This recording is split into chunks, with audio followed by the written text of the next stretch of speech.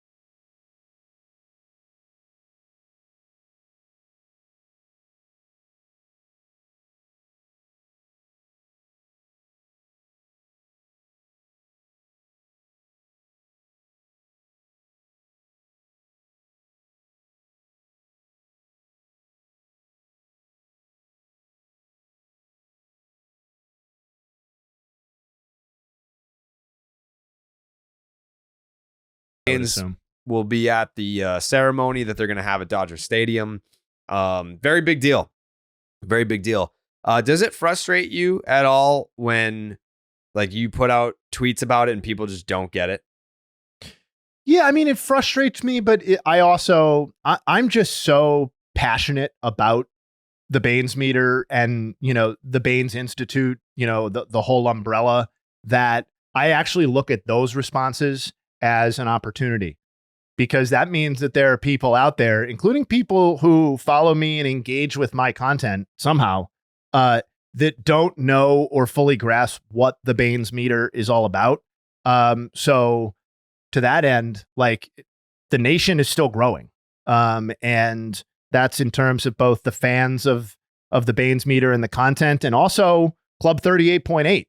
Like, we have 9 people who have made it since we started doing this publicly on the podcast. Obviously, this sort of stuff has existed for, as long as baseball has existed, basically. But, I don't get frustrated. I get excited. Yeah. All that means is that it's an opportunity for education. That's really all it is. That's what I'm saying. Yeah. That is looking at it through Harold Baines lenses. Yeah, I don't always do that. You guys know that. But this about this particular thing, oh yeah.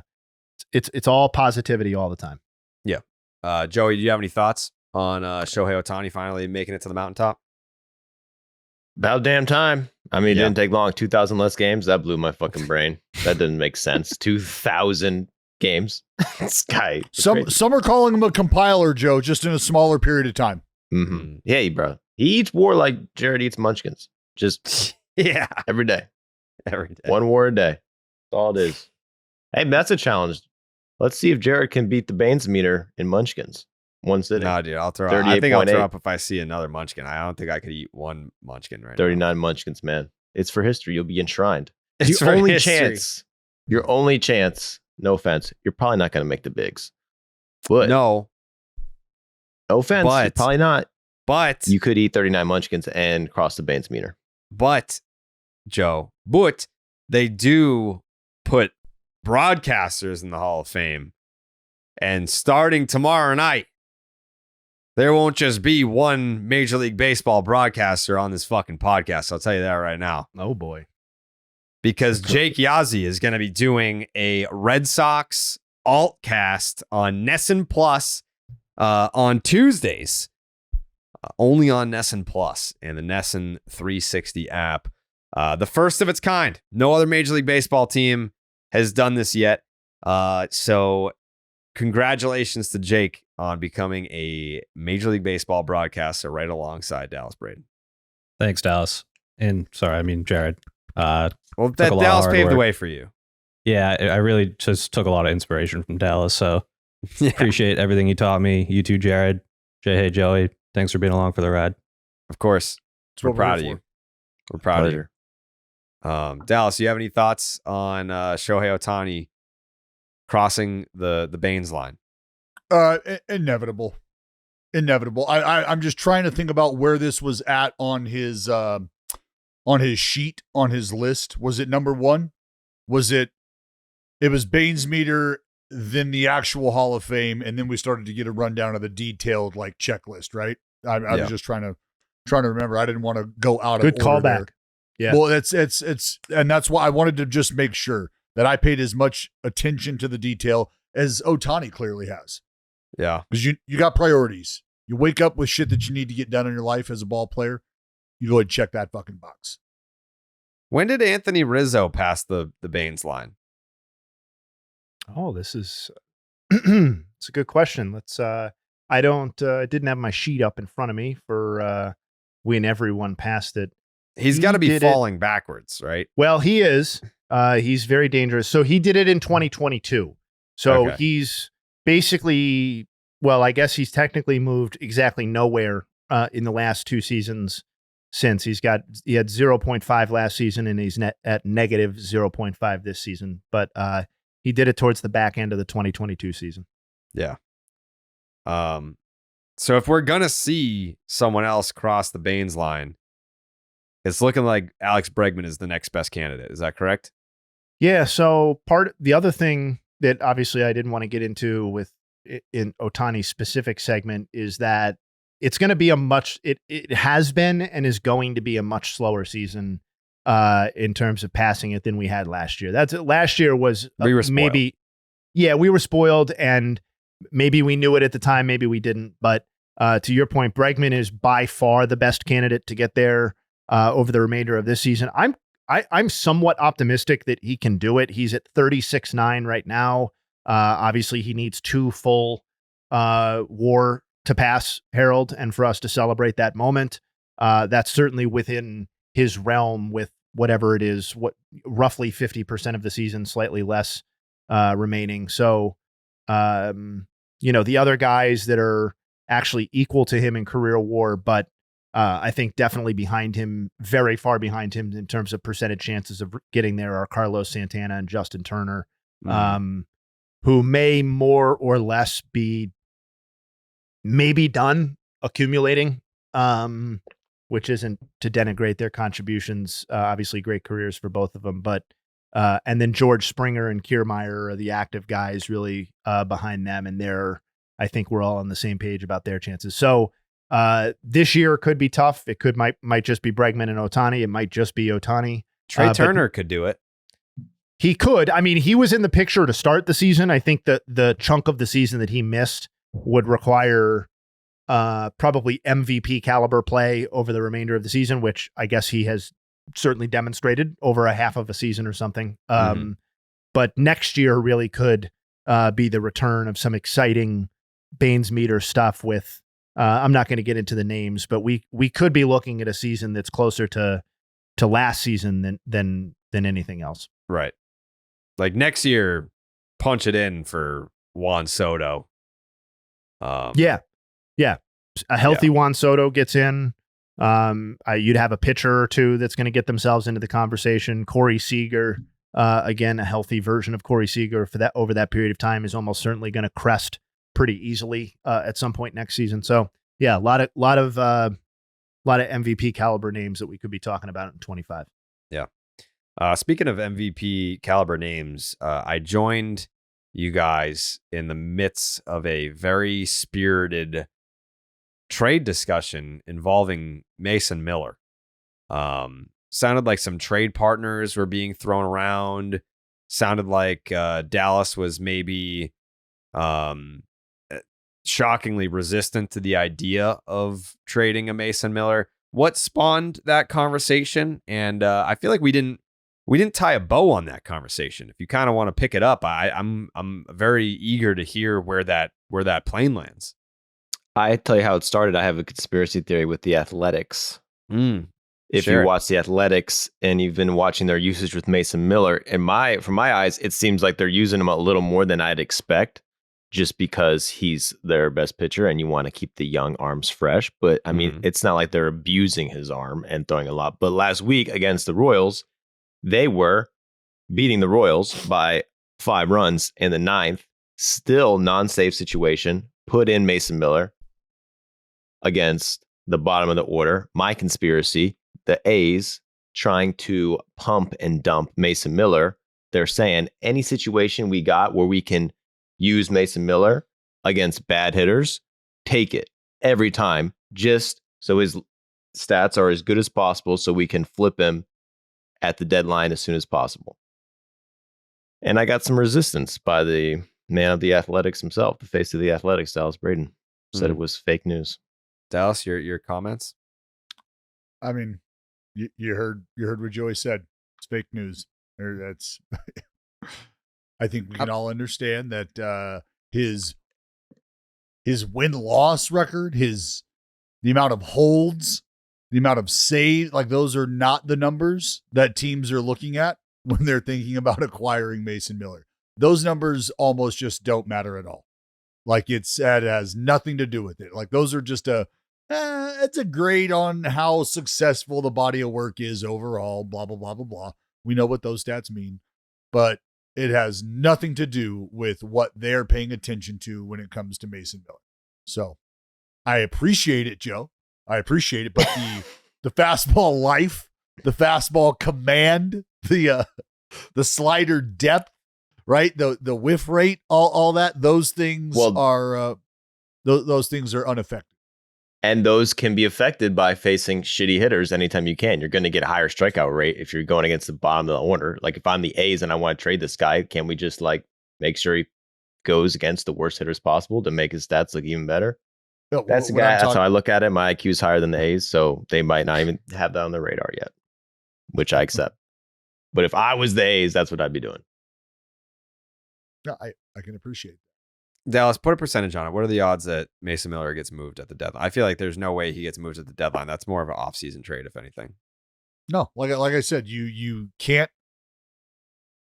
If you've paid attention to what has been said in terms of the direction of the payroll for the future, we've heard that it's supposed to be ramping up in preparation for a potential move.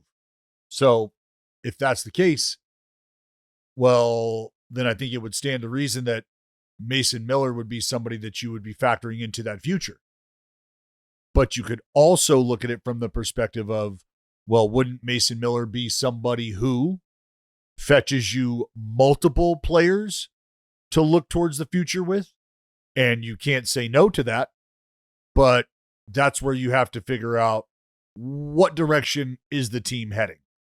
Are they heading in a direction where they now feel like they're going to be in a position to start procuring these assets, keeping these players around? And if so, then again, I think Mason Miller, when you look at their roster, is probably somebody near the top of the list that you might think about keeping around. But again, because he is that guy on this team with the track record that they have, he very well could be the guy that you move to gather more assets. So you can look at it multiple ways. But that's what you have to think about. Am I wrong in kind of assessing this as an off-season type deal? Like this isn't like I don't know that this is something that could like come together in why not that quickly. Yeah. Why not? Put it like this. I've always balked at the notion that it's crazy that deals come together quickly. Why?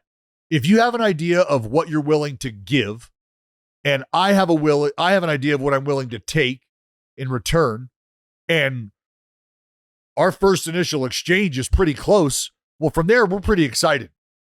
And you got to be real with what you're willing to part ways with and with what you're willing to take.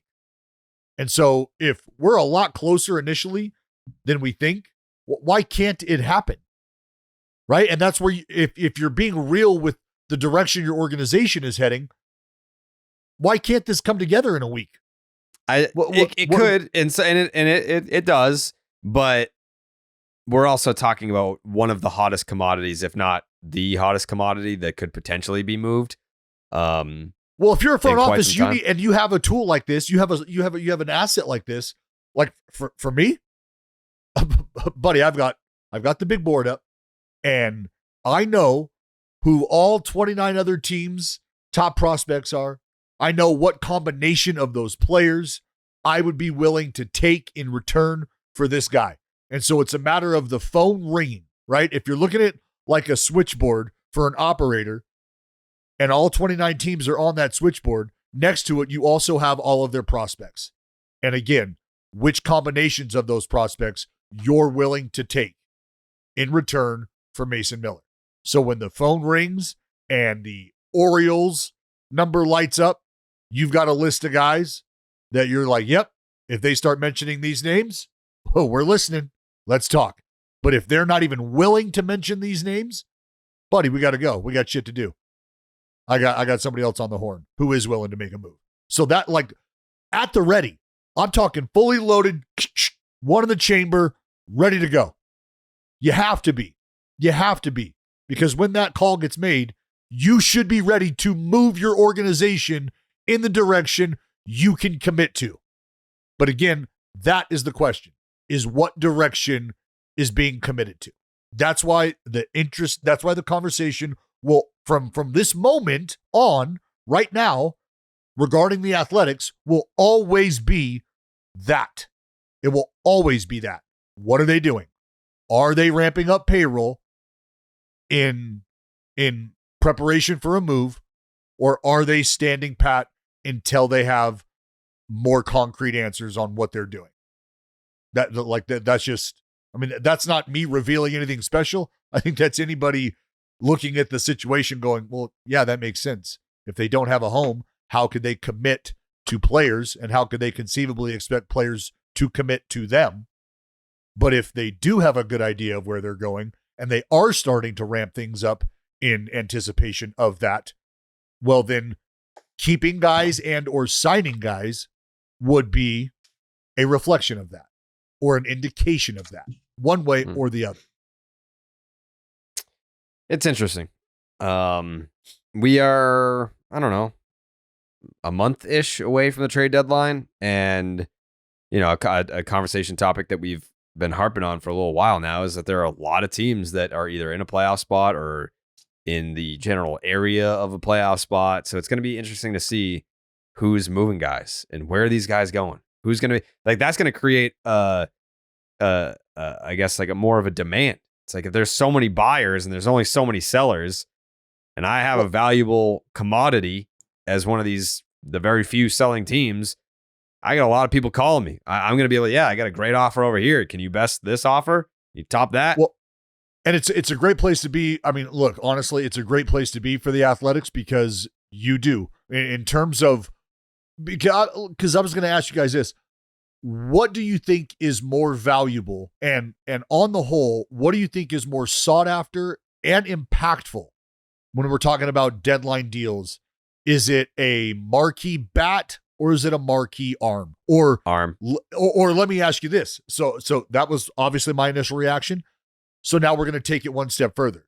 Is it a marquee bat or just an impactful arm? We're not talking marquee. I'm not talking getting a Scherzer at the deadline and that being the needle mover that gets a rotation over the hump. I'm talking about you get a solid dude in the bullpen. Like, let's say Andres Munoz isn't with the Seattle Mariners, but you get a guy like that back, or you get a guy like that to plug into that. Can that help them more than a marquee bat would? Or are teams, our teams falling in love with you? It depends on that team's strengths and weaknesses. We don't have to like plug and play there. I mean, it could. I think every example is different. Like I look at the Cespedes for John Lester trade. Like the A's got an impactful arm and didn't advance in the playoffs. Well, but that's for me, that's a poor example, because you have to consider what you're moving. Right, you're moving your like middle of the order bat. Right, so like that's not a like. At best, you're hoping that's a lateral play. At best, like that was a bad trade for Oakland. I just so from there, like when you think about bringing, that's why I said like keep Cespedes in the lineup and bring Lester in. Now we're having a conversation. Or keep Cespedes in the lineup. You don't go get another bat to plug in, but you get an impact guy at the back end of the bullpen, or an impact guy at the bridge of the bullpen, who for the next month gives you every bit of the setup guy that you need. What helps you more, or what do teams think helps them more? That's Where like is Cespedes? What's that?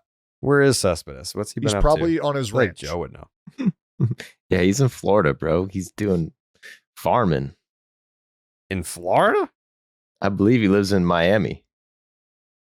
But not in Miami. I think, well, he has his ranch, so I guess not in Miami. I don't know who's raising cattle in Miami, but I remember him being in Florida, because I remember in the World Baseball Classic, he disappeared from the Cuban team. He had a family issue, had to go back to the ranch. So he's dealing with that issue, but once he gets that sorted out, he'll be back. He might be available at the trade deadline. I'm sure he's available. Keep tabs on him. I'm looking at some of like the news. It's like Yoenis Cespedes returning to Cuba to play baseball. I thought like if you defect from Cuba and you go back, like you can't do that, can you? No, they're a little chill nowadays. A little chiller with that. Okay. I don't know how that works out. Yoenis Cespedes wins an injunction barring sale of infringing bats. It doesn't look like he's playing much baseball. He's selling illegal bats. I guess. Sly dog. It's a veteran move. Yeah, that was he was a shooting star. I'm just happy to have lived it and witnessed it live.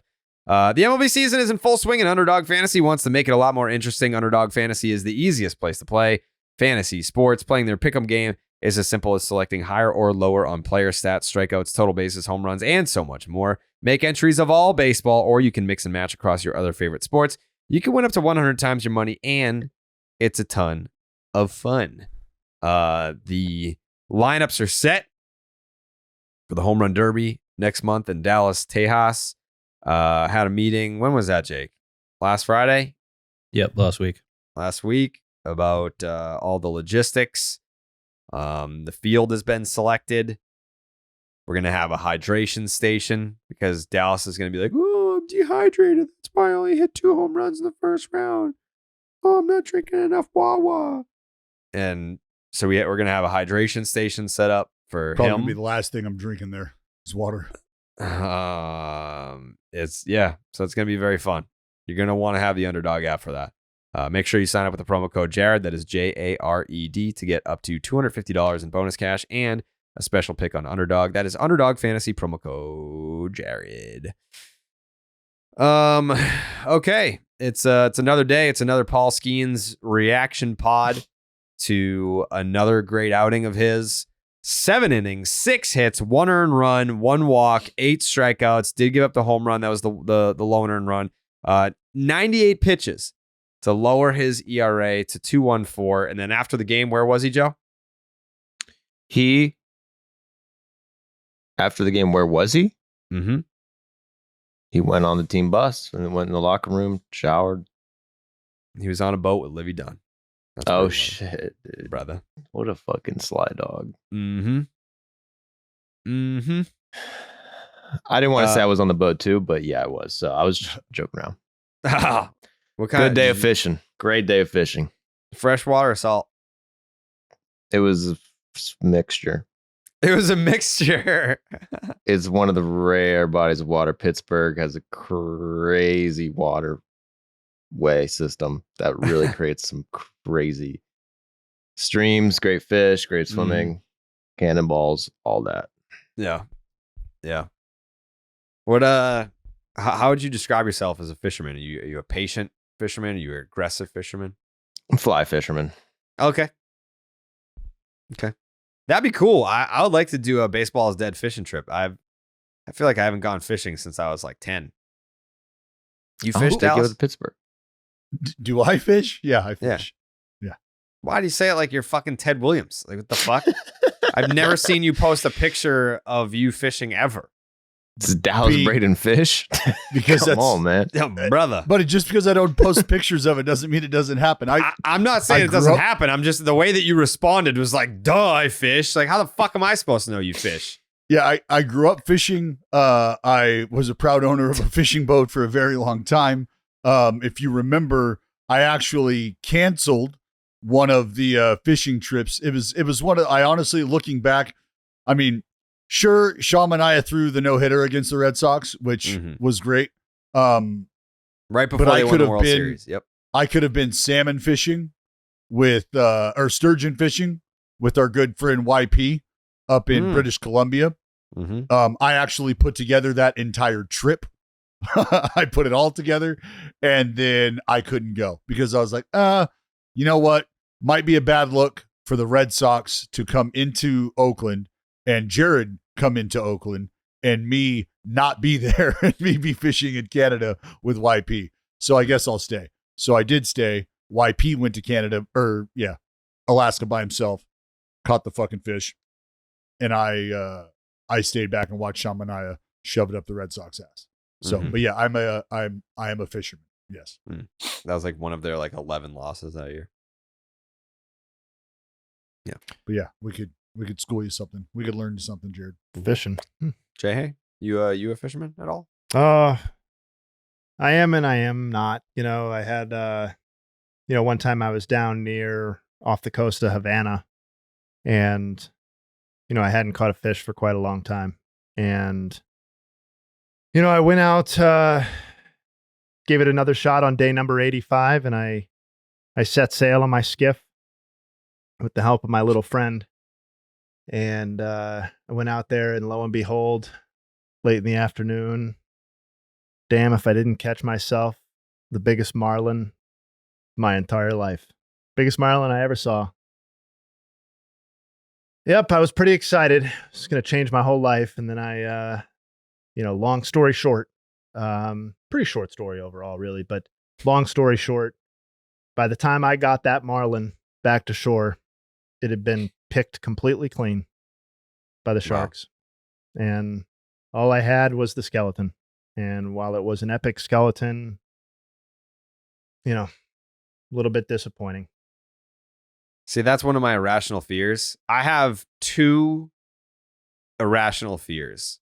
The first one is when I get like a coffee at Starbucks and they give me the straw and I peel the wrapper off and then I put the straw in my mouth to take the wrapper off. I make sure I take the straw out of my mouth real quick because my irrational fear is that someone is going to like rear end me or something and the airbag is going to shove the straw down my throat. I always that's always in the back of my mind is like, oh, I have a straw in my mouth while I'm driving. And then the airbag deploys and shoves it directly down my throat. That's my first irrational fear. My second irrational fear is, and this is someone that, again, I haven't gone fishing since I was like 10, but like having someone like going fishing with you guys and then having someone throw their hook back and having it hook under one of my eyelids. Like, I just feel like that's, and those are both very specific. Yeah. And then having, when, I was on TikTok this morning and I'm not looking at fishing content, but one of the videos I saw was these 2 dudes were fishing and he went back like this and he cast the line and he fucking caught his buddy right in the back of the neck. Like, it was like a whack. And it was like the hook was like in the back of his neck. And he goes, "Oh man, did I get you?" And he was like, "Yep." Is it deep? Yep. So it does happen. Yeah, it does happen. And I just feel like, Dallas being a reckless fisherman from what I gather. I mean, it's only a matter of time before I end up with a fucking hook in my eyeball or something. I can't just throwing metal hooks around like that. It's like, no, that's dangerous. I can't. That's why I don't go fishing. The kind of fishing that I would take you to go do, you're not casting. You're just cranking. That's all you're going to be I'm always cranking, baby. That's all you're going to be doing. The fuck does that mean? You're just cranking. Like, what does that mean? You just peel line. You're dropping line. You're not going to go out there and cast your rod. You're not going to, you're not using you're going to be using a bait caster, but you're not going to be casting. Yeah, we're dropping down to depth. Fish are you casting? We're dropping down to depth. How big is the hook? It's a sizable hook, probably a 12. So you're catching like bass. Well, yeah, but buddy, we go catch bass out in my fucking backyard. We're going out to the ocean. Are you fish shaming me right now? Yeah, absolutely. You don't get to ask me if I fish and then tell me the story about the time you caught a fucking crawdad one day and then ask me are you fish shaming me right now? Yeah. I know you have fish in your backyard. I know that you have fish in your backyard. I knew that. No, I meant at our property up north. His our property up north that's on the river. On Twitter is him holding up a fucking fish, being like, "Look what I caught." He's never posted a picture with I'll look at your Instagram right now. There's not a single fish picture on there. No, there's not. That's like me being like, "What do you mean you don't know that I fucking skateboard? Go to the skate park every Sunday?" You'd be like, "What?" You've never asked if I fish. You didn't tell me. Was never asked. I want to go. YP knew that I fish. YP knows the extent of my outdoor prowess. Maybe that's because he's the outdoors guy. There you go. Shout out YP. I would like to do that. A baseball is dead fishing trip. Maybe I'm getting ready to go ling cod fishing with one of your favorite players, Jared.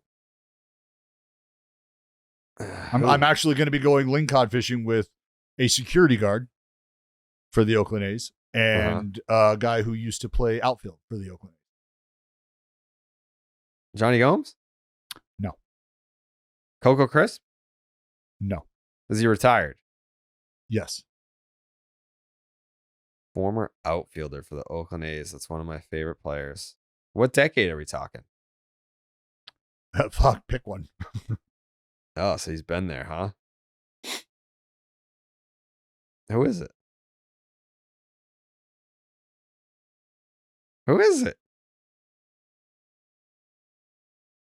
One of my favorite players played outfield for the Oakland A's. Bobby Kelty? Johnny Damon. No. Johnny no. Damon? No. Why was Bobby Kelty an outrageous answer? Bobby Kelty took me to PF Chang's. First time I ever went to PF Chang's in spring training 2008. It's great. Spring rolls are awesome. Oh, man. Jayhay, Aubrey who the Huff. fuck? Aubrey Huff. Who's an Oakland A's outfielder that's been there for, like, it's not Cespedes. I know that. It is an outfielder. We did confirm that. Yes. Hmm. An outfielder for the Oakland A's. This is unbelievable right now. Josh Reddick? No. I think I smoked my first cigarette with Josh Reddick at a hotel in Houston, 2011. Outfielder for the fucking Oakland. This is ridiculous. It is absurd. Wait. This is absurd. Wait. Primarily an outfielder for the Oakland A's and may have one time played for the Red Sox. Is that the idea? Oh, yeah, Jayhay, absolutely. Oh, okay. Ricky. Yeah. Oh, what the fuck? Yeah. I'm One not- of your I favorite was- players, outfielder I for mean, the like, Oakland A's. I met Ricky, but I like fucking fanboyed over Ricky. Like, I mean, I didn't. It's not like, you know, Ricky wouldn't remember me. That was yeah. I wasn't thinking that generation. I was thinking more like someone That's why that's I been gave on you. the podcast. I told you, fucking pick one. Yeah, that's He's a good been call. around for a few of them. Yeah. You're just gonna go fucking fishing with Ricky Henderson and just not tell us about it? Yep. How many you just casually hang out with Ricky Henderson? Like, how many times have you hung out with Rick? A couple times. We haven't been fishing. Has Ricky Henderson ever told you a story that you like? Because there's so many Ricky Henderson stories yeah. out there. Has he ever told you dude. a story that's like not out there? Yeah. Yes. I told you the story about the kid in spring training, right? Like, so when I was there this spring, I ate breakfast with Ricky every morning or lunch after we come off the field with Ricky. And I'd sit down and just, you know, him and I talking or whatever. And there's players sitting around, and there was one dude who came and sat down, and Ricky's sitting at the head of the table, and I'm just like fucking looking at him like he's the Messiah, because he is. And this kid sit down, and he's like looking at me, and he hears the way that him and I are talking to each other, and he kind of hears some questions that I'm asking him. And then Ricky gets up and leaves, and that kid looks at me and he goes, "Hey, who was that?" And I was like, what? I got up and walked out, and the kid followed me and was like, "Hey, was that Ricky Henderson?" I was like, "Yeah, that's fucking Ricky Henderson." Yes. And we had this conversation because we were just talking about how the Boston Red Sox players were like, "Yo, Big Papi, fuck you, don't care, beat it." And I was just like, you don't know who fucking Ricky Henderson is? That is kind Is of what crazy. is what I did say. It's not what I wanted to say. It's what I did say. Yeah, it's a little crazy. Yeah. So, dude, like, we just had, like, Jared, like, honestly, man, I don't mean to like sidetrack us right now. We just were able to celebrate the 1974 World Series team, I saw that. and it will be the last time that those individuals are ever celebrated in the city of Oakland at the Oakland Coliseum. And it was really cool to see a lot of the fans there who were, I mean, dude, I got to be honest, like, it was almost like borderline celebration of life / funeral type situation, because people were crying, people were laughing, bawling. Like, it was good. It was good energy. But to be around those dudes, like Joe Rudy sat down with me, Mr. Joe Rudy, and he's from Modesto, California. So when he first showed up and I was a player and he came around and like we had, 209 connection, as something that he's remembered. Like Joe fucking Rudy sits down next to me and like before he sits down, right? He's like, hey, 209. Right? And it's just like, dude, like, are you serious? This is my life. And then right after that, Gene Tennis comes and sits down and he sits down and he treats me like him and I were battery mates. And it's because Ray Fosse and him were teammates and Foss would bring me out there like during the pregame celebrations and shit, like to hang out with those dudes, right? Like I'm just the broadcaster. Like I'm not supposed to be out there with them. Foss is definitely supposed to be out there with them. He's a player. He's part of this legendary run that we're celebrating. So I get to just be on a fly on the wall with those dudes, and having the opportunity to do that has allowed me to develop relationships with them. And so when Gene Tennis sits down, right? Like before he sits down, we're doing the whole whammy thing because I always do that when I do the ad reads that we have to do when we're talking about Alumni Sunday. And he's letting us know, he's like, hey, I watch, we're huge fans. I love you and Chris. I love you and Jenny together. Like you guys, like I can feel you bleeding the green and gold. And like just having those conversations with the fucking MVP, like these are legends, dude, legends. And I get to spend like 5-10 minutes just in their world. And like to sit down and like I could fucking call Ricky Henderson. You know what I mean? Like Dave Stewart will randomly text and call and check it. Shooty Babbitt, like my daughters want to send FaceTimes to Uncle Shooty and Uncle Stu. Like that's just the kind of, you know what I mean? Like that's just the kind of relationships and vibe we have going. The organization really, and it's those dudes, and we got to sit down and listen to Joe Rudy talk about being a teammate with Reggie Jackson during his early years in the big leagues and what that was like, maybe not to the extent that Jackie Robinson experienced, but very much along those same lines, the hatred and the vitriol. And you heard Reggie Jackson at the Rickwood game talk eloquently, passionately, and in very detailed substance about his experiences. And he mentions Joe Rudy and a lot of other guys on that team who were instrumental in bringing, quote unquote, the boys together. Like, no, fuck you. Reggie can't sleep here. None of us are sleeping here. Reggie can't eat here. None of us are eating here. Let's go, boys. We're making fucking sandwiches and we're going to the park. We're doing whatever, but we're going to do it as a team. And like, I get to be around those dudes. I get to hang out with those dudes. So like in a long-winded response to, do you just fucking hang out with these dudes? Yeah. And it's not something that I televise or talk a lot about because it means so much to me to be able to have those interactions. Because I know that those guys come from a school where what we talk about here, what we share here, stays here. That's why I love going to fantasy camp.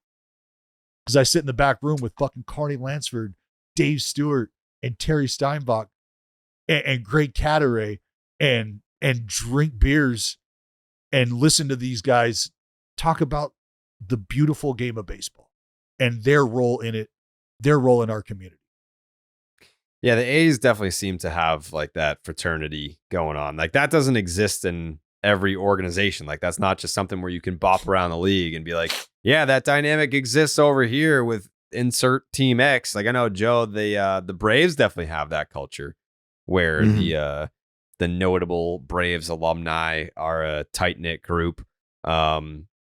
We certainly have that in Boston, but it's not that way all over the place. And organizations, say what you want about the A's, but I feel like they do a good job at least of keeping the alumni involved, whereas that's the not alumni, the same Jared, throughout the league. I'll say this much. The alumni directors for the organization have done a great job of that, and the alumni themselves are responsible for doing that. The relationships that those guys have are what brings out their family members to all these celebrations, because the wives all sit together, the players all sit together, and that's not necessarily by design because you'd be allowed to sit wherever you want. Like that's just something that happens, right? And like just the like you got Bert Campaneris jumping out of a sick ride at the Coliseum, giving myself a high five, giving Shooty Babbitt a huge hug because Shooty, that was his idol, was Bert Campaneris, and now he gets to play fantasy camp with him, has for the last 7-8 years. Like, that's the kind of shit going on. So, like, it is great, but like a lot of teams, because I'm a scrub, an absolute scrub compared to those dudes, and they let me hang out with them. That's what's special about those dudes, is they don't discriminate. Like, because if it came to accolades and skins on the wall, buddy, I'm not allowed in the same fucking coliseum as those men. You mentioned that broadcast that Reggie was on. People getting upset that Barry Bonds said that he would take Satchel Paige deep. Come like, fucking miss me with that. Jesus. What did you, first of all, what did you expect him to say? And second of all, do you really think that that's that far-fetched of an idea? Like, it's disrespectful to Satchel Paige that Barry Bonds said he would take him deep. He probably would take him deep. He's fucking Barry Bonds. You know what you do? If you're Barry Bonds, you wouldn't have even had to say this. If you're Barry Bonds, this would have been great if he would have just pulled out his phone and done this. And then played the Gagne at bat. Or just pulled up his baseball reference page and been like, there's a lot of black and gold ink there. Because it's all about what you're thinking is you've heard stories about Satchel Paige just absolutely embarrassing people, undressing people. Okay, well, here you go. Here was the game's most powerful arm at the time. And twice in a row, got his shit pumped into the bay. Like, what do you think was going to happen? Absolutely. It's really just in a matter of how many at-bats. That's the question, is how many full at-bats would be worked before he took him deep. I think if Barry faced Satchel Paige 10 times, he gets on base 8 times with like 3 extra base hits. Maybe 4. I mean, are you utilizing, are you taking what you think his fastball would be and putting a number to it? I think you have to be right now. I'm just saying it doesn't say matter. That number.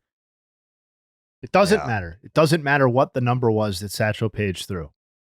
No, I want to hear Jared say that he thinks Satchel was like 92, 94. That's what I want to hear right now. I didn't say that. I know. I mean, like, Gagne was throwing 100. I know. Well, that's why I use Gagne as the example, and that's why I said Satchel Paige with the stuff and the aura is what people are thinking about, is him just blowing fastballs by him. And then if you're Barry, you go, look, I know what you think was going to happen, dude, but here's what he thought was going to happen too. And it was 100. And right. I was all over it a couple times. It was the most naked example of people getting mad about something because of the person who said it and nothing else. Yeah. That's what it was. People don't like Barry Bonds. They still don't like him, even though he has basically been invisible / very quiet for the vast majority of his non-playing career. And his involuntary retirement.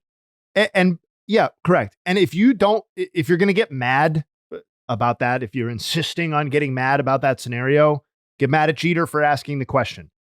Because if you don't want the answer, don't ask the question. And you just asked the greatest hitter that table has certainly ever seen, what he would do with a pitcher that he has never seen in person, but has heard all the stories that we've heard from. You just go up, you guys are pulling up talking about black ink. Like, I tweeted about it. Plenty of other people did. Like, go look at the Hall of Fame pitchers that he faced. He kicked the shit out of basically every single one of them. Yeah. His OPS against Randy Johnson is higher than Aaron Judge's career OPS. Okay? Barry Bonds has no reason to think that he's not going to do damage against any pitcher who has ever lived. Period. And if you don't want that answer, don't put Barry on the desk or don't ask him the question. This is what I took away from that too, is in that moment, I think if you go back and you watch that question get asked, and you look at Griffey's face and you look at Barry, what you see, what you see is just, if you're a Griffey fan, I know you love the kid, and I love me the kid too, but we are talking about two very, very different animals when it comes to Barry Bonds and King Griffey Jr. And like, just in terms of psyche. And you might say, yeah, Griffey's not that dude. No. Griffey is that dude. Griffey is that dude. But Barry was that dude and is that dude. And he had no qualms at all. You couldn't even finish the question. And Griffey was like, he was not even prepared to go that route. He was not even willing to go that route. And that's like in that moment, when you talk about like inner circle and we talk about Hall of Famers and then guys who are on their own level in their own room, I think that was an example of that. Joseph, do you have an appreciation for Barry Bonds the way that we do? I know that you like didn't grow up like watching him play, but obviously you've done a lot of research for your videos. I do have he was, look at his numbers, best hitter of all time. I do think that if he didn't do steroids, he wouldn't be as good as he is now, like as he was, obviously.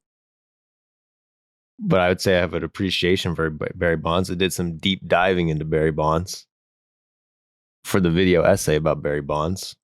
Mm-hmm. And yeah, does he kind of seem like a piece of shit at times if you read the old stories? Sometimes. But he had a lot of homers. He did. And got a bad rap a little bit, but somewhat deserving. I believe there's a little bit of a revisionist history where now like the public opinion on Barry Bonds has gone all very pro Barry Bonds just because of how much shit he got, because he got so much shit for doing steroids and for being kind of bad to the media, where everyone hated him. So now the new generation's kind of like, oh, what the fuck? Why do we hate this guy so much? He's such a beast. Now everyone's very pro Barry Bonds from my perspective. What changes, Jayhay? Like, think about this. Litigation. You've sued the union. If you're Alex Rodriguez, you've gone through all the shit that you've gone through. If you're Alex Rodriguez, and you have faced all the shit you faced, and you have been public and very forward facing throughout all of it. And Barry Bonds has been quite the opposite, right? Quote unquote, took his medicine, however many entendres you want to think are there. Go ahead, you can do the math. And then just kind of went away. Like whatever, like my name comes up in conversation, it is what it is. But I'm not trying to be on MLB Network. I'm not trying to be a broadcaster. Like he was a coach. He was passing along information in that facet. But then after that, he was like, I'm done. This is not what I'm doing anymore. I'm just kind of going to do my thing. I'm going to start training jujitsu. I'm going to go camping. I'm going to ride my bike. Like I'm good. So what did he do during his career that was so terrible to these people that so many years later, he still wears the arrows, but an individual like Alex Rodriguez could go through the circus that he's taken the game of baseball and himself through multiple times and still land on his feet the way he has. How does Barry not get that love? And this guy does. Does A-Rod get love though? I think he does. I think he does. I think Barry Bonds, if he wanted to, could be in the same position A-Rod is with MLB and be on the on TV shows and all that. I just don't think he wants to. Yeah, I 100% agree with Joey in that respect that what separates the similarities are that they are both accused of taking performance enhancing drugs and they were both awesome at baseball. I think that's pretty much where the similarities end between those two individuals. Like A-Rod is a man who has been insistent on keeping himself in the spotlight. And I don't think, to Joey's point, I don't think Barry wants that or maybe ever really wanted that. No. I don't think he's like, everybody has their own insecurities. I don't think he is insecure in the same way that A-Rod is insecure, that requires constant public adoration and feedback like that. And I don't think, I think A-Rod is, Barry may have been mean to the media. I don't think A-Rod was mean to the media. So I think he's given a different treatment from the media landscape as a whole because his drawbacks or his issues were directed at the league. They were directed at a team or a players association or just against general good taste, right? They haven't been against the media necessarily in the same personal way that it seems like Barry Bonds's was. I don't know, man. Like Joey's saying, like, for Joey's perspective, it's like there's been some revisionist history. I think that's true to a degree.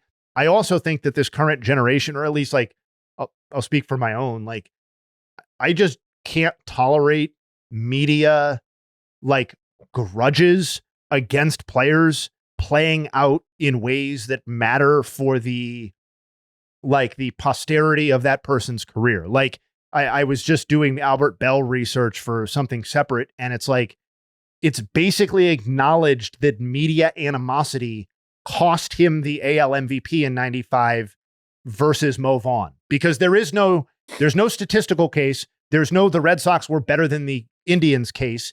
It's just people thought Albert Bell was a dickhead. And they didn't think that about Mo Vaughn.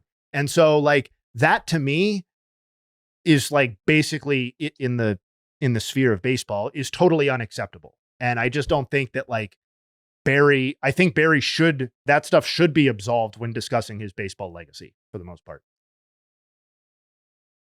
It's fair. I was very surprised. I thought we were past that, if we're being honest. Like, I was very surprised to see any type of pushback to Barry saying, like, yeah, if I face Satchel Paige, I'd fucking take him deep. Like, it's Barry Bonds. What are we talking about here? I also think that broadcast probably brought in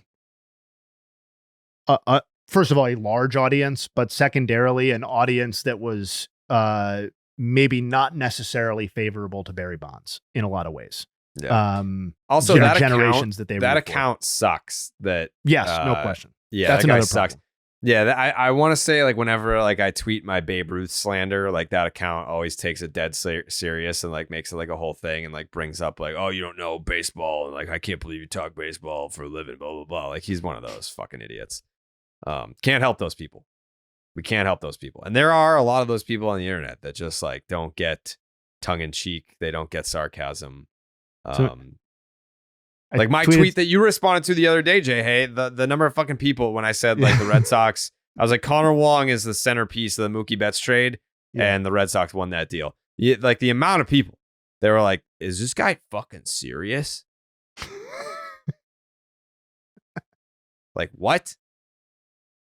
And these people's votes count the same as ours for the president of the United States. Like, these people with their brain capacity and all, they count the very same.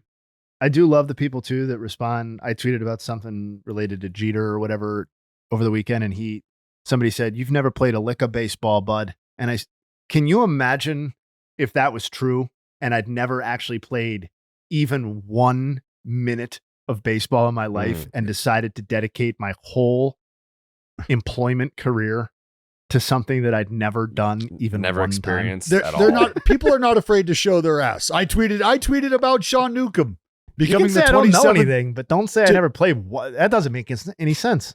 I tweeted about Sean Newcomb becoming the 27th pitcher to win a baseball game without facing a hitter. Oh yeah. Oh, so do you mean by not facing the hitter was he not looking at the batter when he threw those two pitches? Huh? Is that what you meant? And I was like, oh God.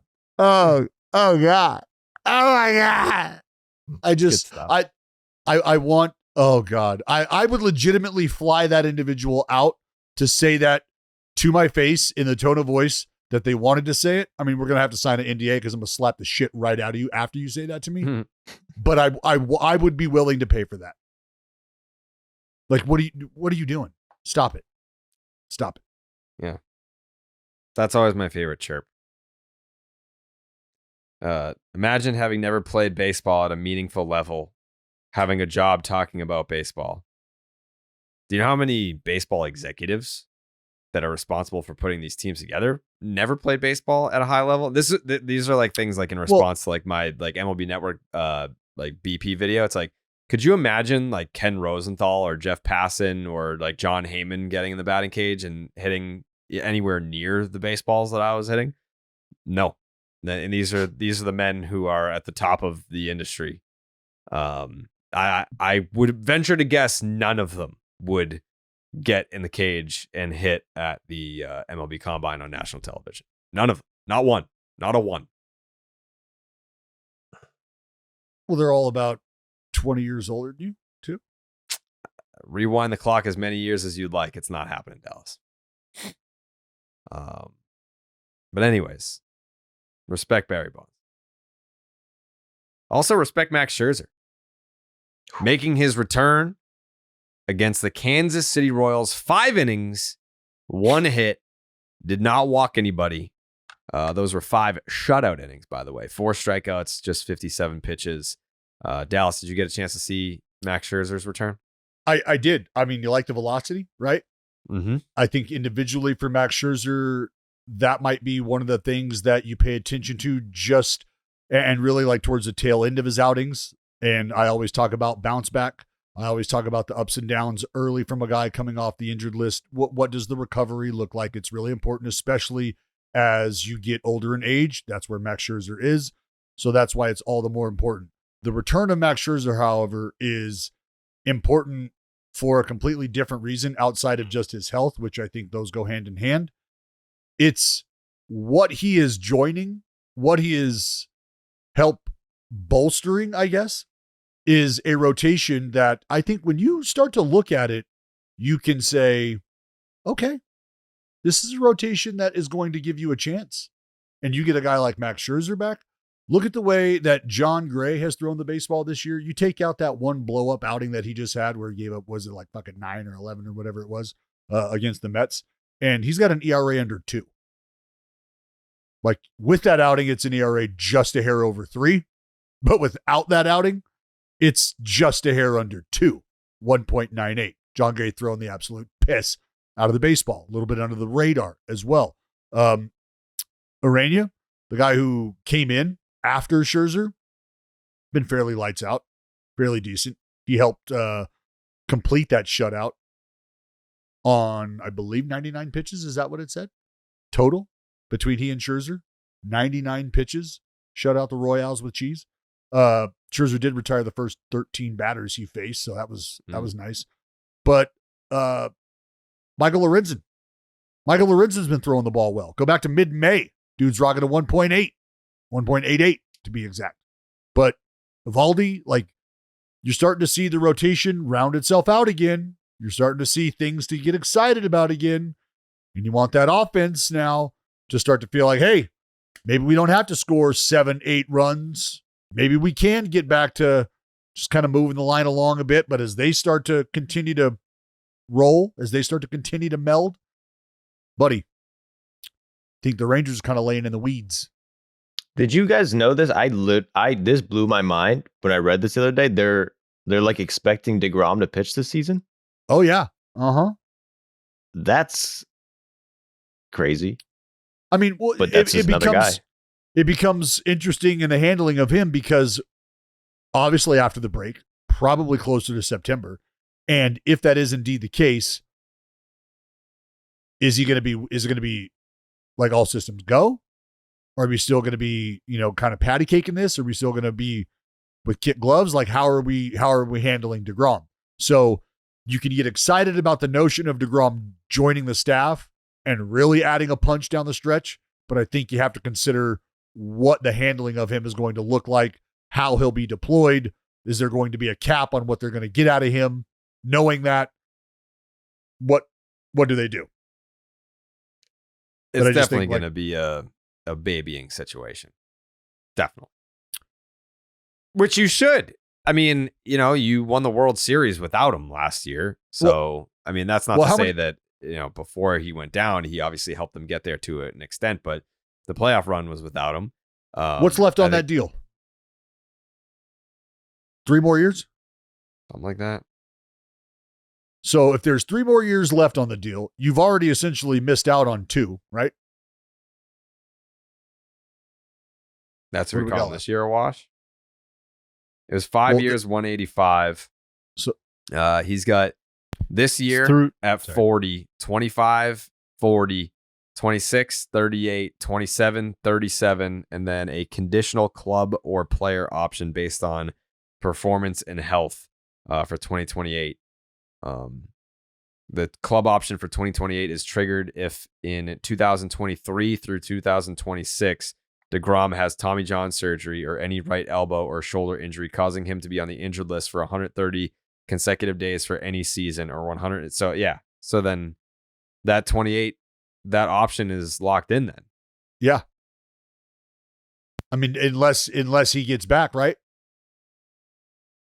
But it's 133 championship season days. So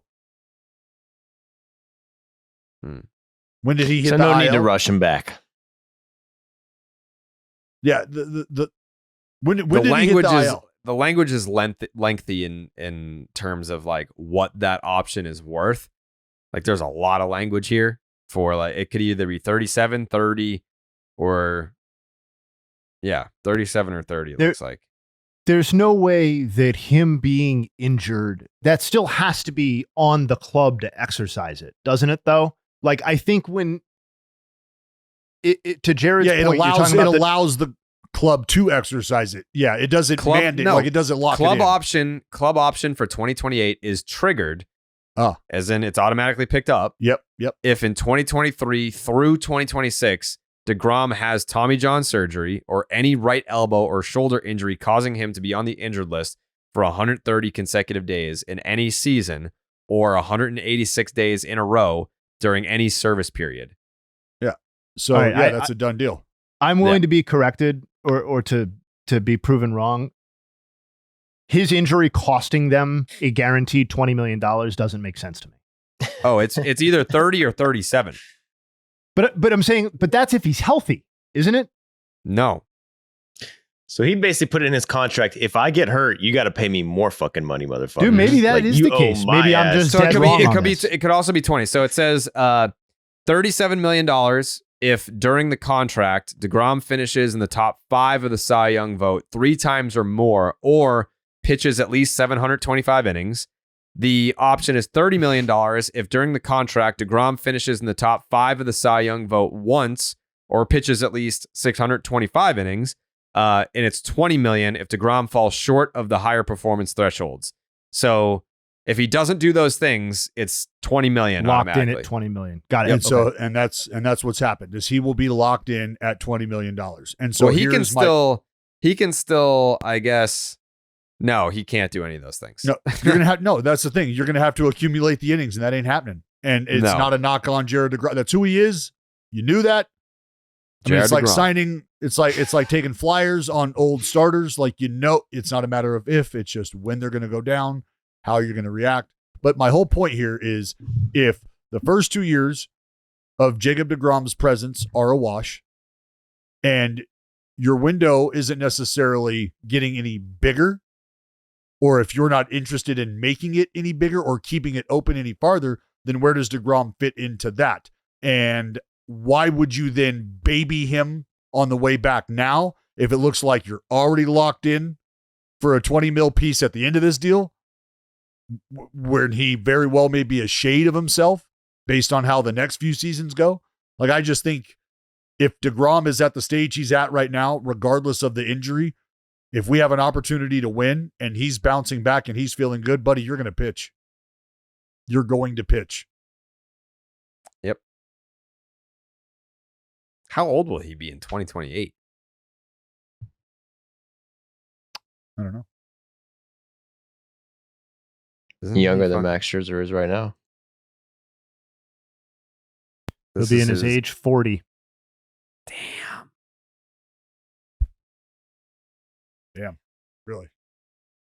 Yeah, he's 35 right now. He turned 36 4 days ago, 5 days ago. I don't know though, dude. Don't in my head, and this could be naive, but I just expect him to come back and be just as dominant. I just feel like he's gonna be DeGrom and just strike everybody out.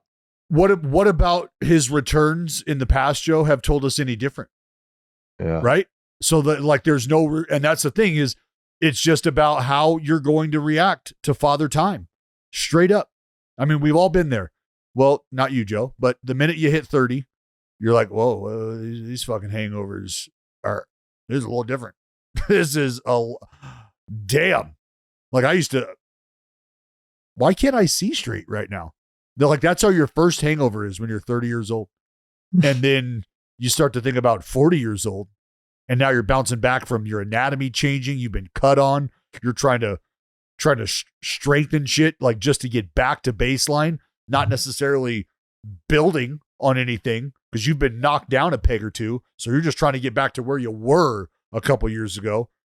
So think about getting back to where you were a couple years ago, but you're a few years down the road age-wise. Like, that shit matters, man. So you're saying that could have been an issue with DeGrom. He hit 30, was hangovers for too much. It's causing his elbow to go out. The physical hangovers. The physical hangovers. Okay. Well, we could work that out, man. We could put that in his contract. No drinking till the season's over. But then the Rangers are going to have a fucking bullpen worth of fucking beasts, apparently. If they get DeGrom back and he's actually like DeGrom, and then Scherzer, he made one start, but even I still have faith in Scherzer. And then you have Lorenzen being a beast, Evaldi. You got the Heen dog in there. They got good pitching. Yeah, put it like this. DeGrom hasn't made 30-plus starts since 2019. Yep. And if you were going to get anywhere near those incentives, this dude's going to have to post 30 times a year for the next 3 years. Because over these 3 years, 22, 23, and this year, how many starts do we give him this year? If he comes back in August, conceivably, could you give him 10? I was gonna say 6. Let's say I'm saying he shows up August 1. Is like feeling great. Whip's feeling great. I'm good. This whole month of July, I've been bouncing back. That's why I said, like, as gracious as we possibly could, 10 starts. So you're looking at 27 starts for DeGrom over a 3-year period between 22 and now. And then from there, like I said, you got to post 30 plus times to even start to tickle those numbers. Yeah, I don't think the Rangers are going to give him that opportunity, even if he is healthy. Well, no, because now, I mean, like it's, and look, man, it's fair to say that even since then, the game has changed in terms of the leashes that they're giving guys and how deep you're getting into the game. We've watched closers come into the game early portions because that's when you need to stop the threat. Like all of those things could very well factor into Jacob deGrom never even hitting the 200 inning mark again. He's done it 3 times in his career. 3 times. And he would essentially have to do that after multiple injury setbacks the next 3 years in a row to even get close.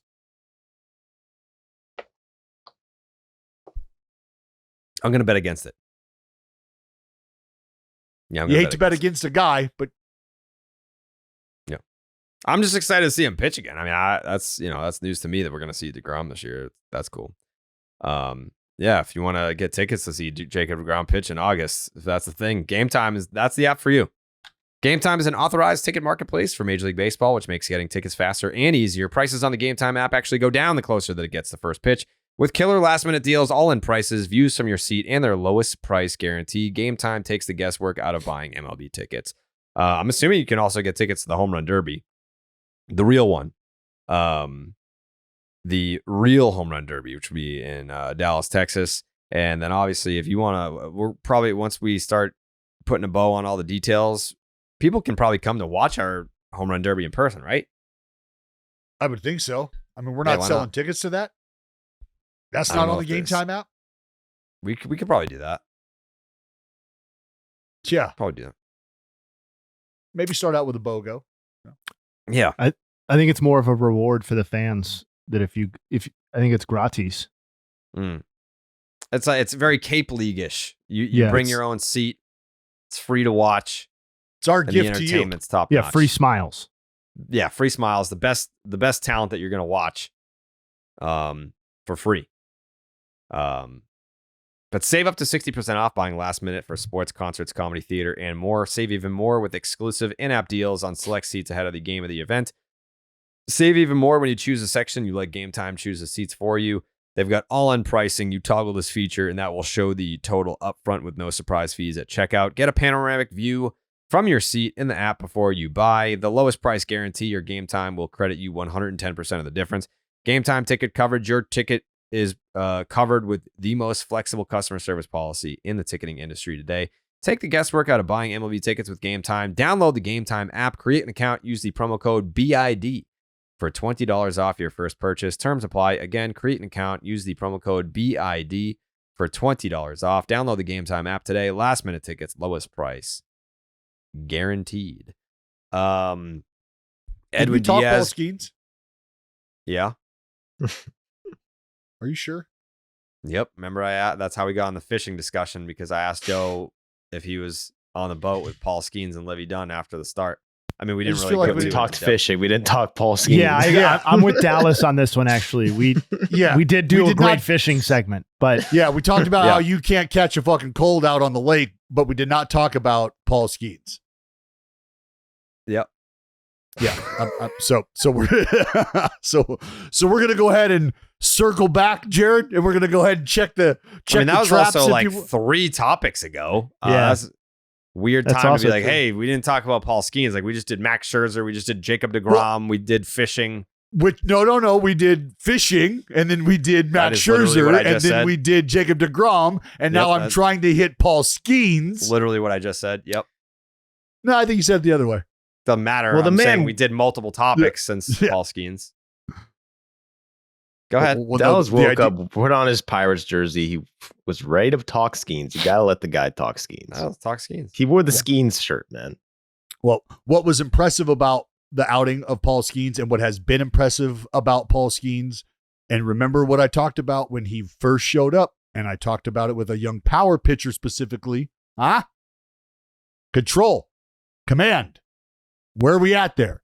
did you just want to do a told you so segment? Is that what this was about? No, not at all. No, because this isn't really I told you so. This is really just, this is why I highlight the shit that I highlight with guys when they come up, is because part of his success when you look at the numbers is his ability to strike you out, but it's also his inability right now to not give up the free pass. He's not wearing himself out throwing an inordinate amount of pitches to try to put you away and then end up on first base. He's not creating a ton of traffic for himself.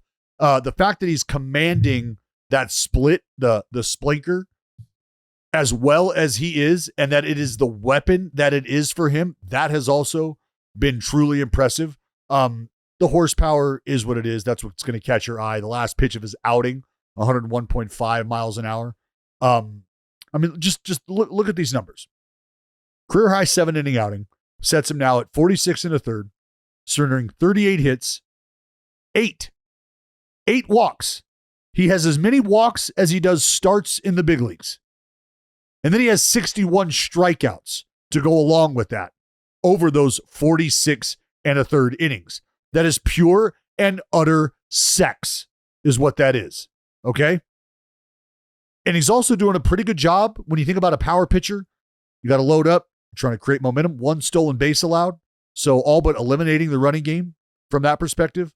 But again, when you have a guy going out and dominating with the fastball to the extent that he is, you can watch the secondary stuff open up. 69 of his strikeouts are on fastballs, 95 miles an hour or harder. And that's with all pitchers who have thrown 30 innings or more. So you got the gas at the top. You got the split. The ability to come. His outing against Tampa Bay, 33 fastballs, 24 strikes. He had 5 strikeouts on the heater. 17 curveballs, 11 strikes. 32 splits. That's right. 1 less split than fastballs. 26 of those were for strikes. 2 of the 8 punch-outs came on the split. They were 2 for 9. So what does that tell you? He has the ability not only to generate the swing and miss, but it's also a pitch that he can trust and rely on to garner weak contact and allow him to put it in play should he need to. What does that help? That helps avoiding overexposure of certain pitches. It helps getting deep, or it helps avoid getting deep into counts, extended at bats, which could lead to walks, We're watching a dude understand very early about himself how he's able to generate swing and miss, when he needs to go to a pitch that's going to get him the contact to keep the line moving, because he has the ability to do both. And at an early stage in his career. This is a fucking animal out there right now. This is an absolute animal. And when you look at what the other dude in the rotation is doing as well, couple other dudes, because remember, Mitch Keller was all but taken out back and tied up to a tree early on. And what's he done? He's turned shit around. Jared Jones, same. Yeah, maybe because he was called Old Yeller. Maybe that's why he turned it around. Well, he needed to. I mean, he was absolutely god awful in the, 2 starts in March and April or whatever. But has been absolutely dominant in the month of May. June, same dominance. May, 4-0, undefeated, Jayhay, 1.30 ERA. And in this month, 3-1 with a 1.8 ERA. Slicing and dicing. So, Paul Skenes, an absolute dog. And the rest of that rotation is rounding out into a nice kennel as well. Just a fucking kennel of frothy mouth dogs.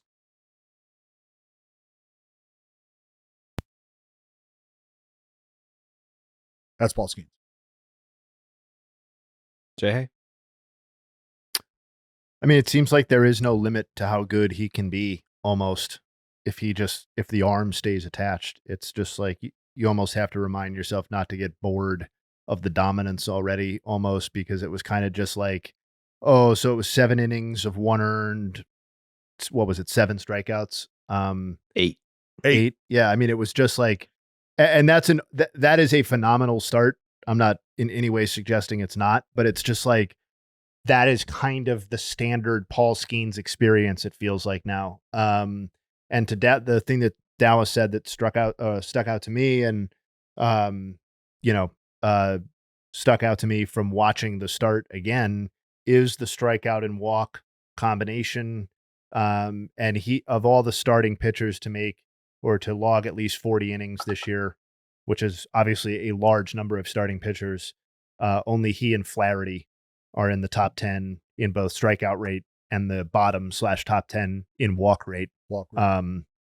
Which, like, whatever you're saying, oh, him and Flaherty, that's almost not that impressive. Well, like, Jack Flaherty, as we've discussed on this podcast, and Dallas tried to take from me, his strikeout and walk combination is like, historically excellent this season. And Paul Skenes is doing that like with literally his first 8 starts of the season of his career. So still appointment TV as far as I'm concerned.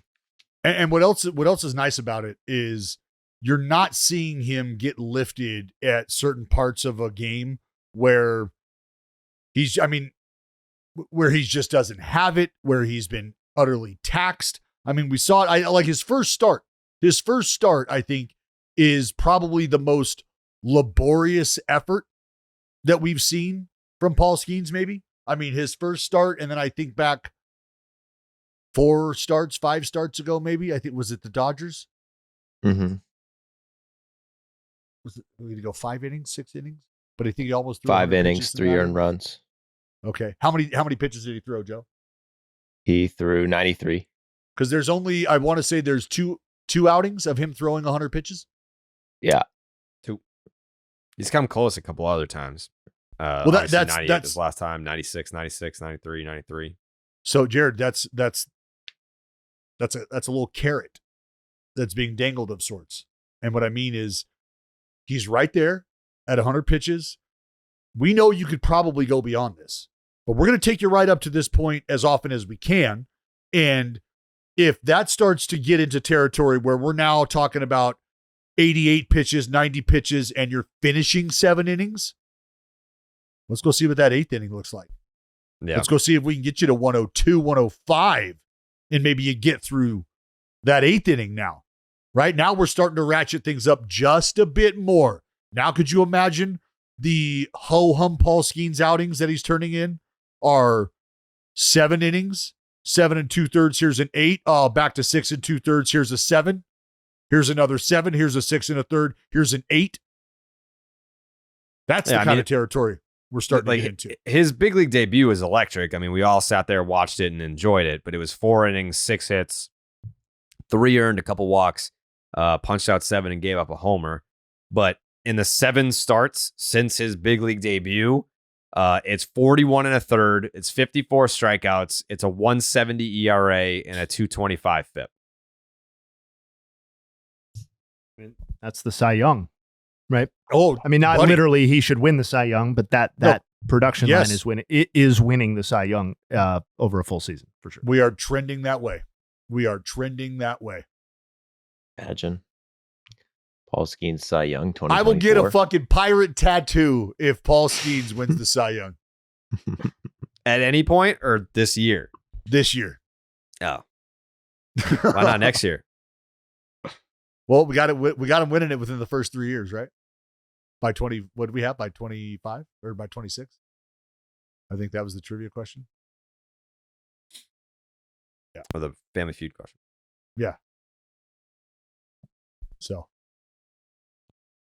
Paul Skenes, bro. That's going to be an interesting rookie of the year race because you'd think it'd be Paul Skenes, but then you got to factor in Shota, Imanaga, and Yamamoto are both rookies. Yo, Well, good, they're both fucking, toast. good fucking luck to Shota Yeah. Imanaga. Good Yeah. luck to you. well, yeah, I thought you were gonna say Joe, I don't know Yamamoto. if you've seen Joe Yamamoto's going to have a tough time. Well, yeah, I mean, Yamamoto's down, but Paul Skenes missed the first month and a half. All good. Saul Goodman, homie. All right, give it to Paul Skenes, I guess. That's just I am, yeah. foregone conclusion here. Shota's washed. He sucks ass now. He gave up 10 fucking earned runs, Joe. Shit for the happens, second- bro. For the second time. Yeah, you take out those 2 starts. You know, we do that. You take out those 2 starts. This guy's unbelievable. Shota Imanaga in his last 5 starts, it's a 7.46 ERA. Opponents hitting 321 with a 938 OPS and 27 strikeouts in 25 and a third innings. 7 bombs. Those are his last 35. This is his last 5 starts. 35 hits in 25 and a third innings, 21 earned runs, 7 bombs, and only 3 walks. 3 walks. That's it. That's nothing. I'm looking at a guy with a sub 3 ERA, first year in the bigs. If he gets back, he's still in the rookie of the year conversation, guys. And so is Yamamoto. 100%, Joe. 100%. Yeah, of course he is. Of course he is. He's just not going to win because Paul Skenes is here. Holla. Yeah. Yeah, you know what you can do with those Shota Imanaga Rookie of the Year expectations? Lower it. Hell yeah. Lower it. Poor Imanaga. He had a great run. Yeah, you didn't He have to did have a drag great him into run. this, Joe. Like a You did not have- legitimately great run. Yeah. Who knew when Shota Imanaga woke up this morning that a Paul Skenes praise segment would turn into Shota Imanaga slander? Typically, our best praise segments evolve Turn / into- devolve into slander of somebody else. That's usually our best content. Yeah. Mm-hmm. Did have Joey calling out the Rookie of the Year hopeful, though. That was out of left field. I'm looking at a 7. He has more wins than Yamamoto and Skenes. Does that not count for something, guys? 7-2 record right now. Skenes missed the first month, Joe. I know, and like that's what you got to take in account of it. The guy's going to rack up wins, but can he get? He's chasing Shota in wins right now. He's chasing him. No. Paul Skenes, he's only chasing himself. He's chasing one man, himself. You act like Skenes can't have a couple bad starts. Just wait. Whoa. Not everybody's perfect. Don't put that evil on me. Hasn't faced the Braves yet. Braves are back, I heard, Joe. Braves are back. They doing it again? They buy contraceptives? Yep. Braves are a good team. No one ever said they were a bad team. We're not blaming the baseballs anymore. We're not saying there's a league-wide conspiracy, maybe a government conspiracy to deflate the Braves offense. We're off that now. Well, I will counter by saying that the second that we called that out, that's when the Braves offense turned it back Fair. on. So maybe the league was like, oh, fuck, they caught on. They caught on. Yeah. All right. They're on That's to it. actually Start evidence examining the in balls. favor of the conspiracy, I think. They don't You're need right. another Dallas Braden Meredith Wills mashup. Could be worth. I feel like she's been kind of quiet this year, hasn't she? Because I've been You know hearing, what? because people have been whispering about the baseballs, but there hasn't been that one like person to be like, I tested them and it's proven. Joe, We got 'em, dude. You got to get in the lab, cuz. Come on. I'm sure I know she's in the lab. She's always in the lab. Well, buddy, for the same reason we can't comment on an ongoing investigation. The balls are being dissected as we speak, dude. Oh, balls are being fondled. You like that one, Joe? Yeah. Well, I just hope we don't have an MLB guy associated with the league sneaking balls and giving it to a scientist to make the league look bad. But I just don't want to put that out there and accuse anyone of doing that. I just hope that someone's not doing that. Yeah. That would never be going on. Because I've heard people do it in the past. Have you? Yeah. I've heard rumors. I mean, from her herself, the scientist herself. I got plugs. I got people. I can't say names. People give me balls. They love giving. Meredith gets a lot of balls sent to her. And I know it's not one person. It's people all across the league. Mm-hmm. Sending balls over. They will be dissected and we will know the drag of these baseballs. Everyone wants to know the drag. What's the drag? What's the drag? Just stay tuned. Why don't you get involved as a content creator, Joe? And getting baseballs? Mm-hmm. I don't have a baseball plug.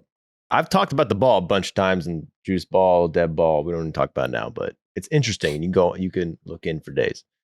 Balls constantly juiced, constantly dead. Speaking of being juiced, their Blue Jays number 2 prospect just got called up on Friday. Banged for PEDs. Family Guy. Time out. Said he was taking a medication that was prescribed in the Dominican Republic because of fertility issues. Yep. If that's the case, I wish you nothing but direct shots. No blanks. Right? He's got a lot of time to fuck now. He's probably going to have a lot of kids the next 80 days. Yep. You just focus on what's the most important, and that's having a beautiful family, a lot of kids. Can I ask a question? Do we have the Mhm. details on whether or not this was a male fertility drug or a female fertility drug? Because we have in the past encountered individuals. I mean, he said he was You see- prescribed a fertility drug by a doctor in the Dominican Republic. So it wasn't, I mean, my understanding was Manny wasn't prescribed. Hold on. Nobody's saying names, Jay.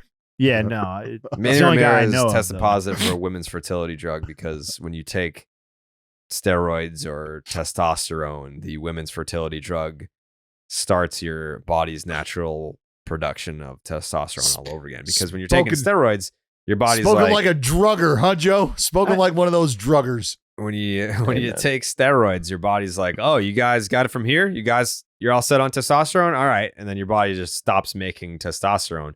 So the women's fertility drug restarts the body's natural process of creating testosterone in the body. We know Jared's body hasn't stopped producing that shit. We saw him hitting those balls. We saw him in Arizona with those big ass fucking arms. Yeah. Mhm. Worms everywhere were fucking burrowing even farther into the earth. Not true. We gotta check this guy's medicine cabinet. Check the tape. I was just going to say, the funny thing about that excuse is that, like, to get prescribed a fertility pill by a doctor in the Dominican Republic, I mean, you could just be like, I'm on steroids. Can you prescribe me a fertility pill so I don't test positive? And then be like, they prescribed it to me. Also, in the Dominican Republic, to my understanding, you don't need a prescription for shit. So why even get a prescription for it? Well, I mean, wouldn't that lend itself to the idea that this was an attempt, maybe a misguided one, but an attempt at going the proper route to get a fertility treatment for actual fertility issues, as opposed to because I think if it was a female fertility drug and he just got it from a doctor, to cover up what we're talking about, what you were suggesting, that would be in the report. Like, that's not in the report because they're not going to miss an opportunity to bury a guy, basically. And I actually maybe I'm being overly sensitive, but like, I actually have a totally different take on this, which is that I believe that he took an attempt at fertility treatment and didn't pass the MLB standard. And B, I found Ross Atkins' comments to be at best off-putting. He said, I think continue to focus on ways that he can improve as a human player and teammate. Like, let's fucking hold on for a second, man. Like, I think that was the GM, Jayhay? Yeah, GM Ross Atkins. I gotta say, like, Ross Atkins knows the lived experience of a Dominican prospect better than I do, but he's not demonstrating like any level, I think, of understanding or empathy about the difference in lived experiences between somebody who is going home in the offseason with the American medical and fertility treatment system and whatever is going on in the Dominican Republic, which might be totally fine, but implying that this is somehow a human failing when I think there's more evidence to suggest that it is an unfortunate misstep or misunderstanding, and an attempt to treat something that can be a really sobering experience is like kind of horseshit, in my opinion. Well, I and Jayhay, I 1000% respect where you are coming from in that regard. Wholly, and just to, I'll say what maybe you haven't said, but we were talking about the pursuit of life, and you're talking about trying to conceive a child and everything that goes into that. That is an extremely sensitive subject for a lot of reasons. And who you are as a human being should never, ever like factor into your life outside of the baseball world and what you're trying to achieve. Like, who you make your life with and what you want to do is wholly your business. So while I understand and respect that, I also have to think about, and I think we all have to think that this is, what do you got? It is a women's fertility drug. Oh, so. God damn it. All right, Jay, get that out. This guy's a fucking asshole, dude. This guy's a bad person. Fuck Elvis Martinez, man. That dude fucking sold me out. Yes, you did. He tested positive for clomiphene. Yes. Clomiphene is used to induce ovulation, which is egg production in women who do not produce eggs but wish to become pregnant and are infertile. It's to counterbalance the massive amount of testosterone. Yeah. So it's basically what. All right. So that. So and Jayhay, everything needs to come out that I just said, then, Jake, for real, because that is totally irrelevant. I mean, I don't need to do like a fertility stand for a guy that doesn't. Yeah. Okay. Fuck. Yeah, it is completely a women's fertility drug. All right. Well, good luck to Elvis in whatever he's pursuing. So then I don't even need to. I mean, yeah, we're gonna edit. If we're editing Jayhay's entire rant out, then there's nothing that I need to say. I mean, what if he was misprescribed? What if he asked for a men's fertility drug and they gave him the women's one by an accident? Well, then 3 months from now, Elvis is gonna walk in with fucking C cups, going, "Hey, my fucking dick and my balls were supposed to be bigger, but I'm getting milked at home now." Like, what is, no, you gave me the wrong shit, dude. I got tits. I need balls. So like the male one is called Clomid. Clomid for male infertility causes an increase in FSH and LH secretion. This leads to an increase in both sperm production and testosterone secretion. Guys may need to take Clomid for at least 3 to 4 months to see the optimal effects. I can't get the image out of my head of two guys like, all right, hey, here's your prescription. Shows up, and then like seriously, over a fucking 3-month period, he's just like, you know, my legs, I don't feel my legs are, I'm not recovering. I'll be honest, I'm a little emotional about things, and I have breasts. Doc, I think we took a left turn here when we maybe should have gone right. Yeah. Fuck the Blue Jays, man. I told you those dudes were fucking Well, done now for. this is from AI. Clomiphene citrate, also known as Clomid, is a medication that can be used to treat male infertility. It can increase sperm concentration. I mean, now I'm confused. Oh god. This is why we're not part of the arbitration panel for this Right. sort of stuff. Yeah. Good reminder, we don't know shit about this. That's when we just lean out from behind the mic and go, "Did you want balls or what did you want? What was?"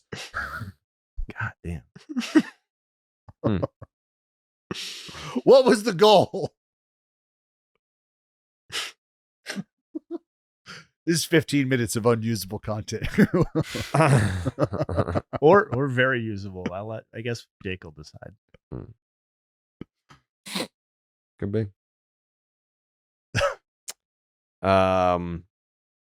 Anyways, Jayhay, you got anything on Stephen Kwan, your boy? Yeah, I do. I do. Fuck yeah. Stephen Kwan. We know that motherfucker's not on steroids. Yeah. Didn't he just match his fucking season high in home runs already? Did that not just Yeah, happen? four homers. 6. I mean, it is Never kind of know. crazy. I feel like he's got 7 homers now. He set a new career high with 7 home runs. Watch out, Barry Bonds. His previous career Was it high a 2-homer game? was it 2? No, No, he it was home runs in consecutive games. Yeah. Mm-hmm. So I mean, obviously the batting average is the one that's going to get all the eyes, and rightfully so. That's the thing that is putting him on the map. Also worth noting, though, that he went down with an injury on May 4th. That was his last game prior to the injury. And since he's come back, which was May 31st, he's hit 463 with a 1.258 OPS. So obviously that's to some degree batting average driven. But anyway, some historical context. So he's played 49 games. So by the time people are listening to this, we will be gearing up for Stephen Kwan's 50th game of the season. Here are the people who have maintained a 390 batting average through the first 50 games of their season since 2000. Okay. 2019, Cody Bellinger, 2016, Daniel Murphy, 2009, Joe Mauer, 2008, Chipper Jones, 2004, Sean Casey, and then 2000, Todd Helton, and 2000, Vlad Guerrero. Yeah, man. I mean, he's obviously a lot better than I thought he was going to be. His baseball savant page is like, it's both funny and I think it's really kind of encouraging at the same time, because he's never going to be a barrels or a hard hit guy, but he has taken, like, I don't know, there's meaningful steps, I think, being taken in terms of his batted ball quality and kind of like the underlying suggestion of what his batting average and stats should be. So to that degree, like, his expected batting average was 282 last year. It's 335 this year. So it's not just a batting average on balls in play kind of fluke, although to hit 390, you need some of that too. Stephen Kwan, he's been so under the radar. This blew my mind because I didn't know he was having that. I knew he was doing good, but this good until like Friday. And if you look, he missed a month of the season, right? At least. Yeah. Yeah. It was, and 3.5 weeks. Yeah. So even with missing all the time, he's still 6th in position player WAR, which is really good. Well, he's an asset defensively. Yeah. That's the asset, but a lot of it is hitting. His slugging is better than Bryce Harper's, better than Mookie Betts, better than Kyle Tucker. It was better than Jordan. Like all these guys who hit bombs, and Stephen Kwan, even though he has 7 home runs, that's the most he's ever hit in this year already. It's only 7 home runs. To have the slugging that much better, it's pretty insane. And this offseason, the Guardians actually were trying to get him to swing harder and miss more balls because they were tired of his low exit velocity, right? Like they saw a savant page, like, you rank so low, you need to hit the ball harder and stop just making weak contact. So he's doing that. But him trying to miss more and hit harder, he's actually strikeout percentage has actually gone down and his whiff percentage has gone down somehow. So he's not whiffing anymore, but when he's hitting it, it's going further. And I don't want to be, it's the wind tunnel. It's 100% Very well the could wind be. tunnel. How many of his 7 home runs are at home? I don't know, but they're all to right field. But we got to look that up. How many of those are? Only 4 of the 7 are at home. And his OPS is actually higher. OPS and batting average are both higher on the road this season. Good Fuck point. that But noise. if you, Good but great point. That is a great point. But if you know anything about wind tunnels, the effect carries on the road. It's psychological, half psychological. Wow. I actually didn't know that. I didn't know that either. Mm-hmm. Yeah. Right now, Stephen Kwan has 26 less hits than Luis Arias in 130 less at bats.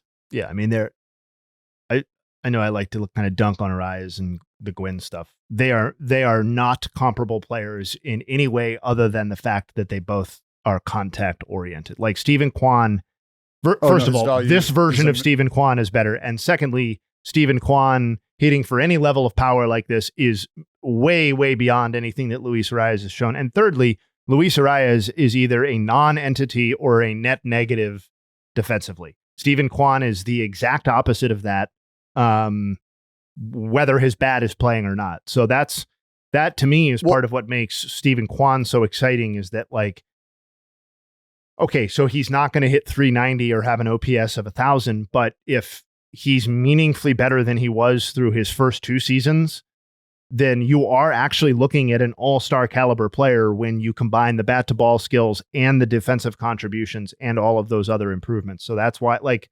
Cleveland desperately needs this sort of player offensively. And if he has really taken that meaningful step forward, I think it's hugely important for this team. Yeah, Joe Ram needs a sidekick. Yeah, and Naylor's good. Like, Josh Naylor's good. He's just, you'd rather have Josh Naylor as, like, maybe your 3rd or 4th best offensive player overall instead of your 2nd. And right now, he's much closer to the former. How closer is Stephen Kwan to qualifying? I know that was pissing me off because the metrics, like he's a guy, we were talking about the Savant page, and you can look at all the hard hit data or the lack of on his end. But I think there's a lot to be said for a guy who, much like Arias, is feeling the bat in his hand on a different level. We're talking about bat control on a different level. So it's almost negligible, some of the lack of hard hit numbers for him, simply because of how the baseball falls, how he gets to the ball as effectively as he does. Like, we're not taking Arias out of the lineup because you're like, yeah, there's just no pop there. Like, you're not doing that. You understand what he's bringing to the table, and that's why Stephen Kwan and what he's doing right now is like, holy shit, because he's doing that Arias thing, but he's also doing it with power right now, and that is, damn, that's a different dude. That's a different type of ball player. All right. I mean, whatever. We don't really need to go in depth on the Edwin Diaz sticky stuff thing. I mean, it is what it is. It's rosin. I think it's interesting that. Sure about that? I'm pretty. You see those pictures? It was black, right? Rosin? What do you think? It was pine tar? He goes to his belt a lot. He goes to the belt a lot. That I'll say this: the images, like, I'm gonna pull it up again just so I have it fresh in my head. But I mean, if you have an image, you know, we're all talking about the same image, right? Of his hand. Yeah, the zoom it. Yeah, like I'm, yeah, like that is a. And look, dude, straight up, you can see it on the thumb. You can see it on the index finger. You can see it on the middle finger. Can't see the face of the ring finger as much, but you can see those fingers, and that is not an incidental amount of accumulation. What is that, Dallas? What are we looking at here? Well, I mean, it very well could be a mixture of rosin and some sort of liquid, sweat. Who knows? But it's an excessive. Didn't he say after the game he was like no more than usual? So like how is he just getting caught now if that's no more than usual? Yeah, I don't know. I mean, I'm not defending any of these people anymore. That's where Cheaters. no. That's where the Jay's traumatized right now. That's where the variance comes in from umpire to umpire. How do you know he wasn't just trying to have some kids? You know, this could be. It's quite possible. Could have dude wipes on his hands. You know, you don't know, or what is it called? The Roman swipes. Yeah, a little extra foreign substance. You were given by the umpire? I just say I use the same thing always. A rock rosin, sweat, and I put my hand on the dirt a little bit because I need to have some grip on the ball. So that's why I was explaining to them, but they said it was too much thick. I understood, but at the end of the day, I was using rock rosin, sweat, and put my hand on the dirt. How surprised were you that it resulted in an ejection? I was really surprised because I didn't have anything on my hand, my glove, my belt. Oh, they always check my hat, everything. And they thought that was sticky as a lot. And I just say, hey, you can check my hand, smell my hand. They didn't smell anything, but they throw me out again. How did your hands look compared to how they normally look? Don't look like that always, yeah, because the rock rosin is I think the best rosin we have. We had two different rosin. I always use the rock rosin with sweat, and I put my hand on the dirt. That's why my hand got dirty. You always use the dirt? Yeah, always, yeah. It was dirt. Hold on. They have two different rosins. Is that street legal? No. What, to use dirt? To have two different rosins. Aren't these supposed to be sanctioned rosin bags? I believe that's like a new thing they did, right? They have two different rosin bags now. Well, and this was something that was done during COVID as well, right? Where guys were using two different rosin bags. Wasn't that a thing? But there are two different rosin bags. Can we check that? I'm almost 1,000. Yes. Yeah, I believe they have two different rosin bags or two different types of rosin. Because all the rosin bags have to be made by the same company. They're made by Pelican now. Pitchers will continue to be permitted to use a rosin bag on their hand, wrist, and forearm to assist in managing sweat, but they are prohibited from applying it to their gloves and uniforms, nor are they allowed to combine rosin with any other substance, such as sunscreen. Yeah, so I guess what the clarification I'm looking for here is, did he mean that all teams have two different types of rosin that they're allowed to use, that they are permitted to use, and he was just using a different one of the two, or that he's using the same one of the two that are available to everybody to use? Because I'm not trying to, you know what I mean? I don't want to stir any shit up by any means. I think that's what he was saying. Yeah. So yeah, if you have multiple rosins that you can choose from, then that's all he's saying. But either way, I mean, sweat and rosin can still be illegal. So well, it's sweat rosin. That's why my statement was the accumulation. It looks like a larger amount of accumulation. But then you heard him say, I put dirt on my hand as well. So now we're talking sweat, rosin, and dirt. And dirt could lead to the discoloration. Dirt could also lead to a larger accumulation, because it's not just sweat and rosin. It's now sweat and rosin with granules of dirt that are starting to build up inning over inning. But for him, it's just in a moment, Yeah. But I think the biggest takeaway out of this, which I don't think people anywhere is talking about, is that if you look at league-wide spin rates, they have the data since 2015. This year, it's the second highest in the league, and it's right since in history, and it's right below 2020. So it's almost at the levels it was right before the crackdown. And that might have something to do with why people are kind of getting caught now, why Edwin may be like, guys, we got to start enforcing this, because that spin rate is been going up slowly over time ever since the crackdown, when it fell off a cliff overnight now the spin rates are almost pretty much, 8 RPMs off what it was at its peak. 8 RPMs. Is there really a difference between 8 RPMs? It's kind of exactly where it was before the crackdown. The probably was a little higher because 2021 is only half a season. And look, we I don't think we would be doing our job if we did not point out the fact that this is a guy who earlier this season removed from the role, right? Been battling performance issues and maybe some psyche issues as well. What's one way to get yourself back locked in? What's one way to get yourself comfy? Get back to an old comfortable feel. Mm-hmm. Yeah. It's an interesting subject, what MLB is going to do long term, because if the spin rates are going to just go right back to where they were and they wanted to change it then, what are they going to do now?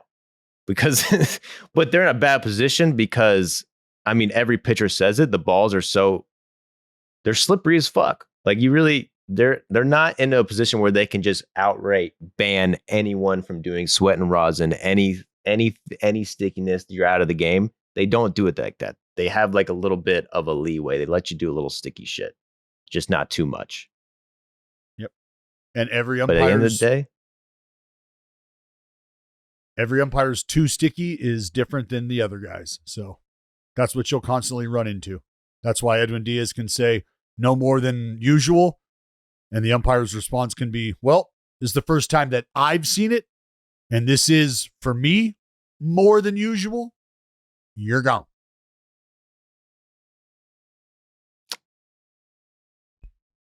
Well, something to keep an eye on. Oh yeah, there could be another crackdown. I'm just saying, wait and see. Has there been another ejection this year? Is this the first ejection of the year for sticky stuff? Can't be. No, Ronel Blanco. Oh yeah. But it hasn't been like crazy out of control. No. I think it's more just like umpires don't want to deal with it because it is so subjective. Where, yeah. Anyways, all right. Jayhay, you got Nuggs to close us out. I have a final thought, but you got any Nuggs? Yeah, I got some Nuggs, man. Here we go. Gunnar Henderson is up to 24 homers and 13 stolen bases through 76 games this season. In the last 20 years, the only players to hit those marks through 76 games other than him are 2019 Christian Yelich, 2021 Fernando Tatis Jr., and 2006 Alfonso Soriano. Pablo Lopez, who's had a tough season overall, had a massive game yesterday, 14 strikeouts and 0 runs allowed. That's his second such start since the beginning of the 2023 season. The rest of Major League Baseball has 2 such starts combined. Tyler Glasnow continues his incredible season. 9th pitcher ever. This is going back a few days, but he pitched since our last podcast. 9th pitcher ever with 135 or more strikeouts and 25 or fewer walks through his first 16 starts of a season. So we were talking about that with Paul Skenes. Glasnow's strikeout to walk pretty nasty as well. The other pitchers to do so, Corbin Burns, Garrett Cole, Chris Sale, Max Scherzer, Clayton Kershaw, Kurt Schilling, Pedro Martinez, and Roger Clemens. I know those are all wild card era pitchers, but that's in baseball history to have ever done that. Tanner Houck, 495 OPS. He pitches today. 495 OPS allowed against left-handed batters in 2024. The only pitcher in MLB, only starting pitcher with a better mark against lefties is Corbin Burns. And that 495 mark by Houck would be the best single season mark by a Red Sox starting pitcher against lefties since Pedro Martinez in 2000, when he limited lefties to a 406 OPS, which is just almost a fake looking number. Few rapid fire pitching nugs here on guys going today. Cole Reagan's 1.88 ERA over his last 7 starts. Garrett Crochet, 1.68 ERA over his last 10 starts. Tanner Bybee trying to become the second Cleveland pitcher ever to have 3 straight starts of 11 or more strikeouts and 1 or 0 walks. The only ever instance in franchise history is Corey Kluber from July 29th to August 8th, 2017. Looking ahead briefly, Ranger Suarez is on the bump Tuesday. He's making his 16th start of the season before we podcast next time. He's looking to become only the 4th lefty in the wild card era with a 1.75 ERA or lower through 16 starts. The only instances of that are Shane McClanahan in 22, Tom Glavine in 2002, and Randy Johnson in 2000. And then 2 bonus nugs here on guys we talked about during the podcast. Paul Skenes, I looked it up. He's tied for 19th in baseball in total pitches thrown since his debut day. He's second in strikeouts and tied for second in whiffs. So if you like to see a lot of whiffs per pitches thrown, that's a good guy to tune in for. And then Stephen Kwan, another incredible facet about his season.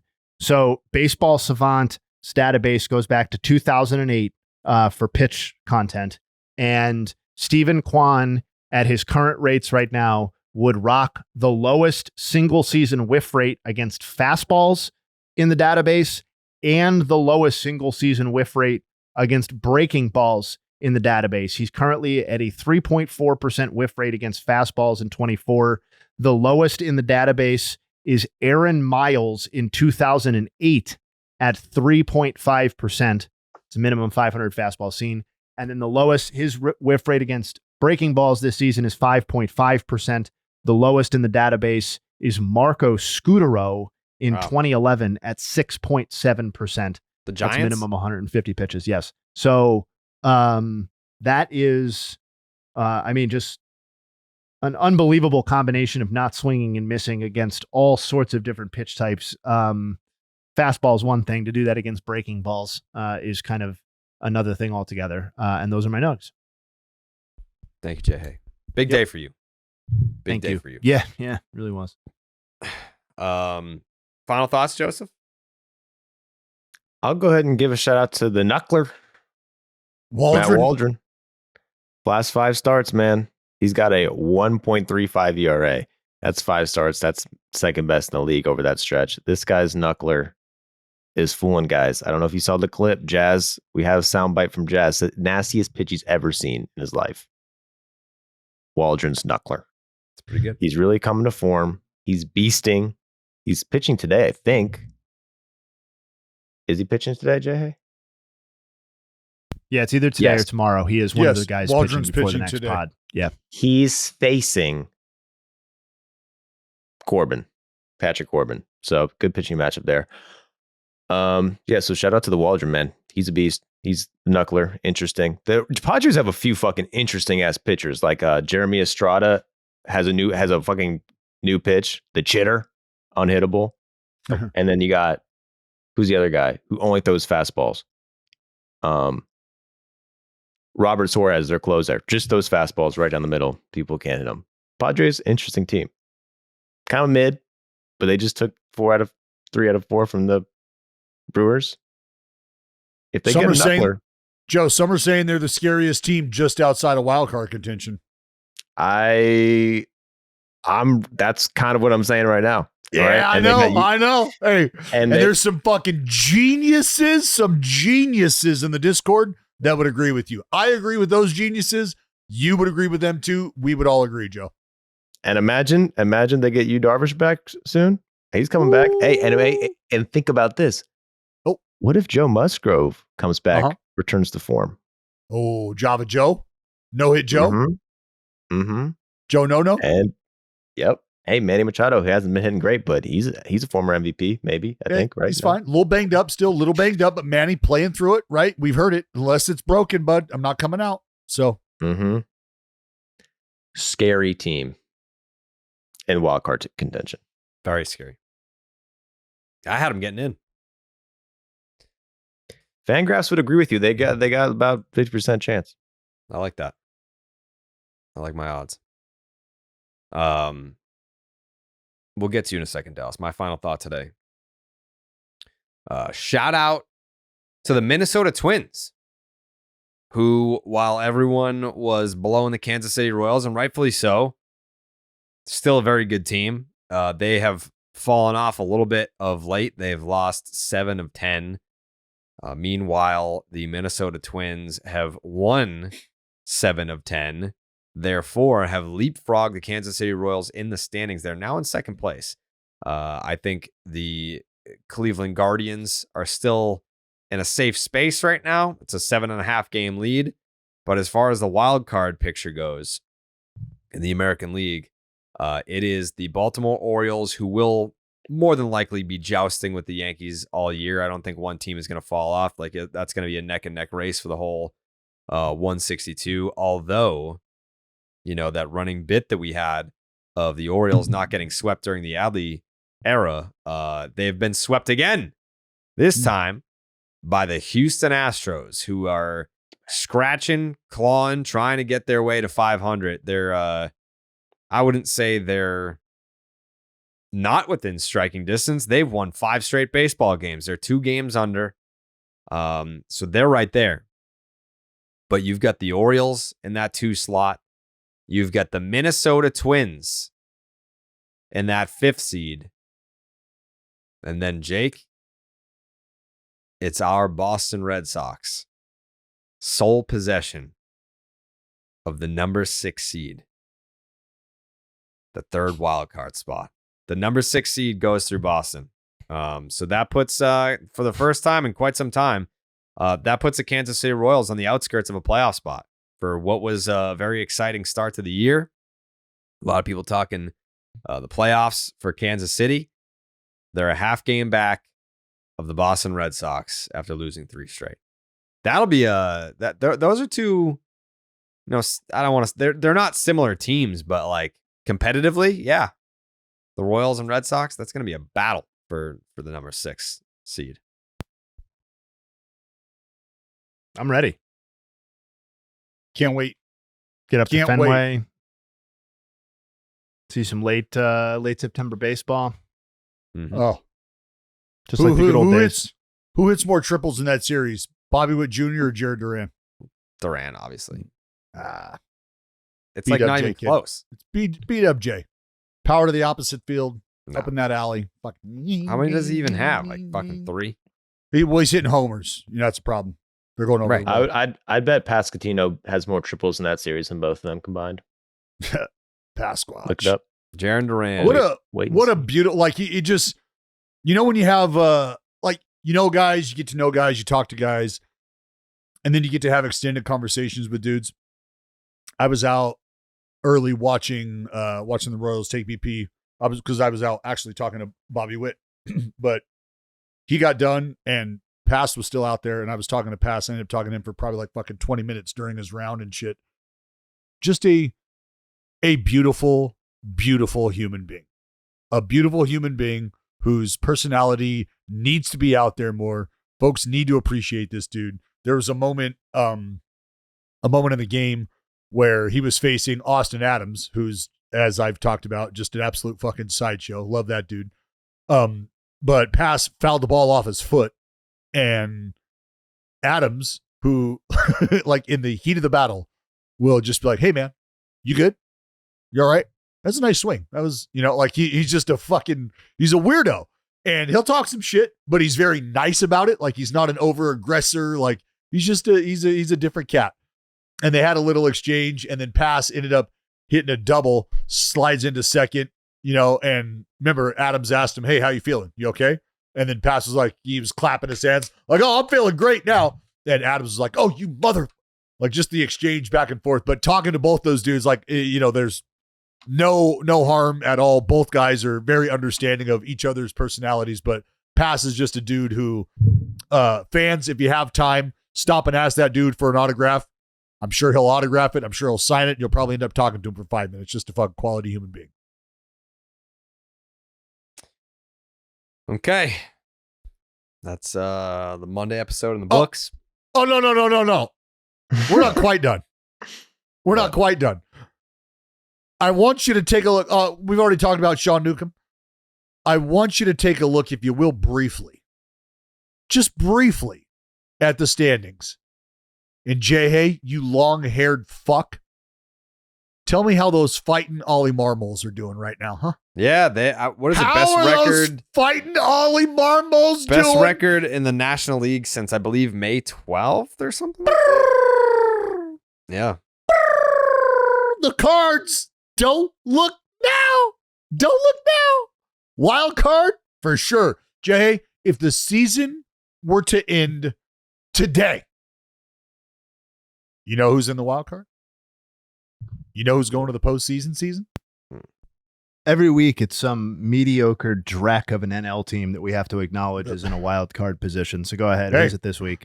It's the Cardinals. Oh, It's the great. Cardinals. What an exciting 2 games team. above The two star 500, players both suck ass. 39 and 37. Negative Winners of their 31 run last differential. three. That Yeah, doesn't good team. matter. You just got to score more than the other guys at the right time, and they're doing that as of late, One boys. pitcher you're tuning in to watch, and There, Lance Lynn? Yeah, Mason Wynn, the most exciting offensive player on the team.